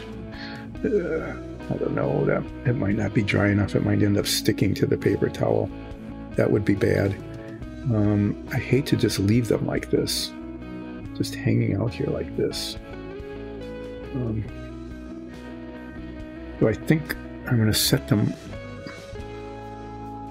I'm going to set them back here and let them dry for a bit yet, and I'm going to come down just a little bit later after the stream ends and put them away in this box, so that they are not lost. But yeah, thank you for joining, new first-time chatters and followers. Thanks so much for joining in. I hope you enjoyed this episode of Control Room Challenges. Next Wednesday we will have Control Room Challenges continue, as I work through the detail of all of this stuff and begin to figure out how to get these to the right size, the right height, and how to do the extension that's necessary.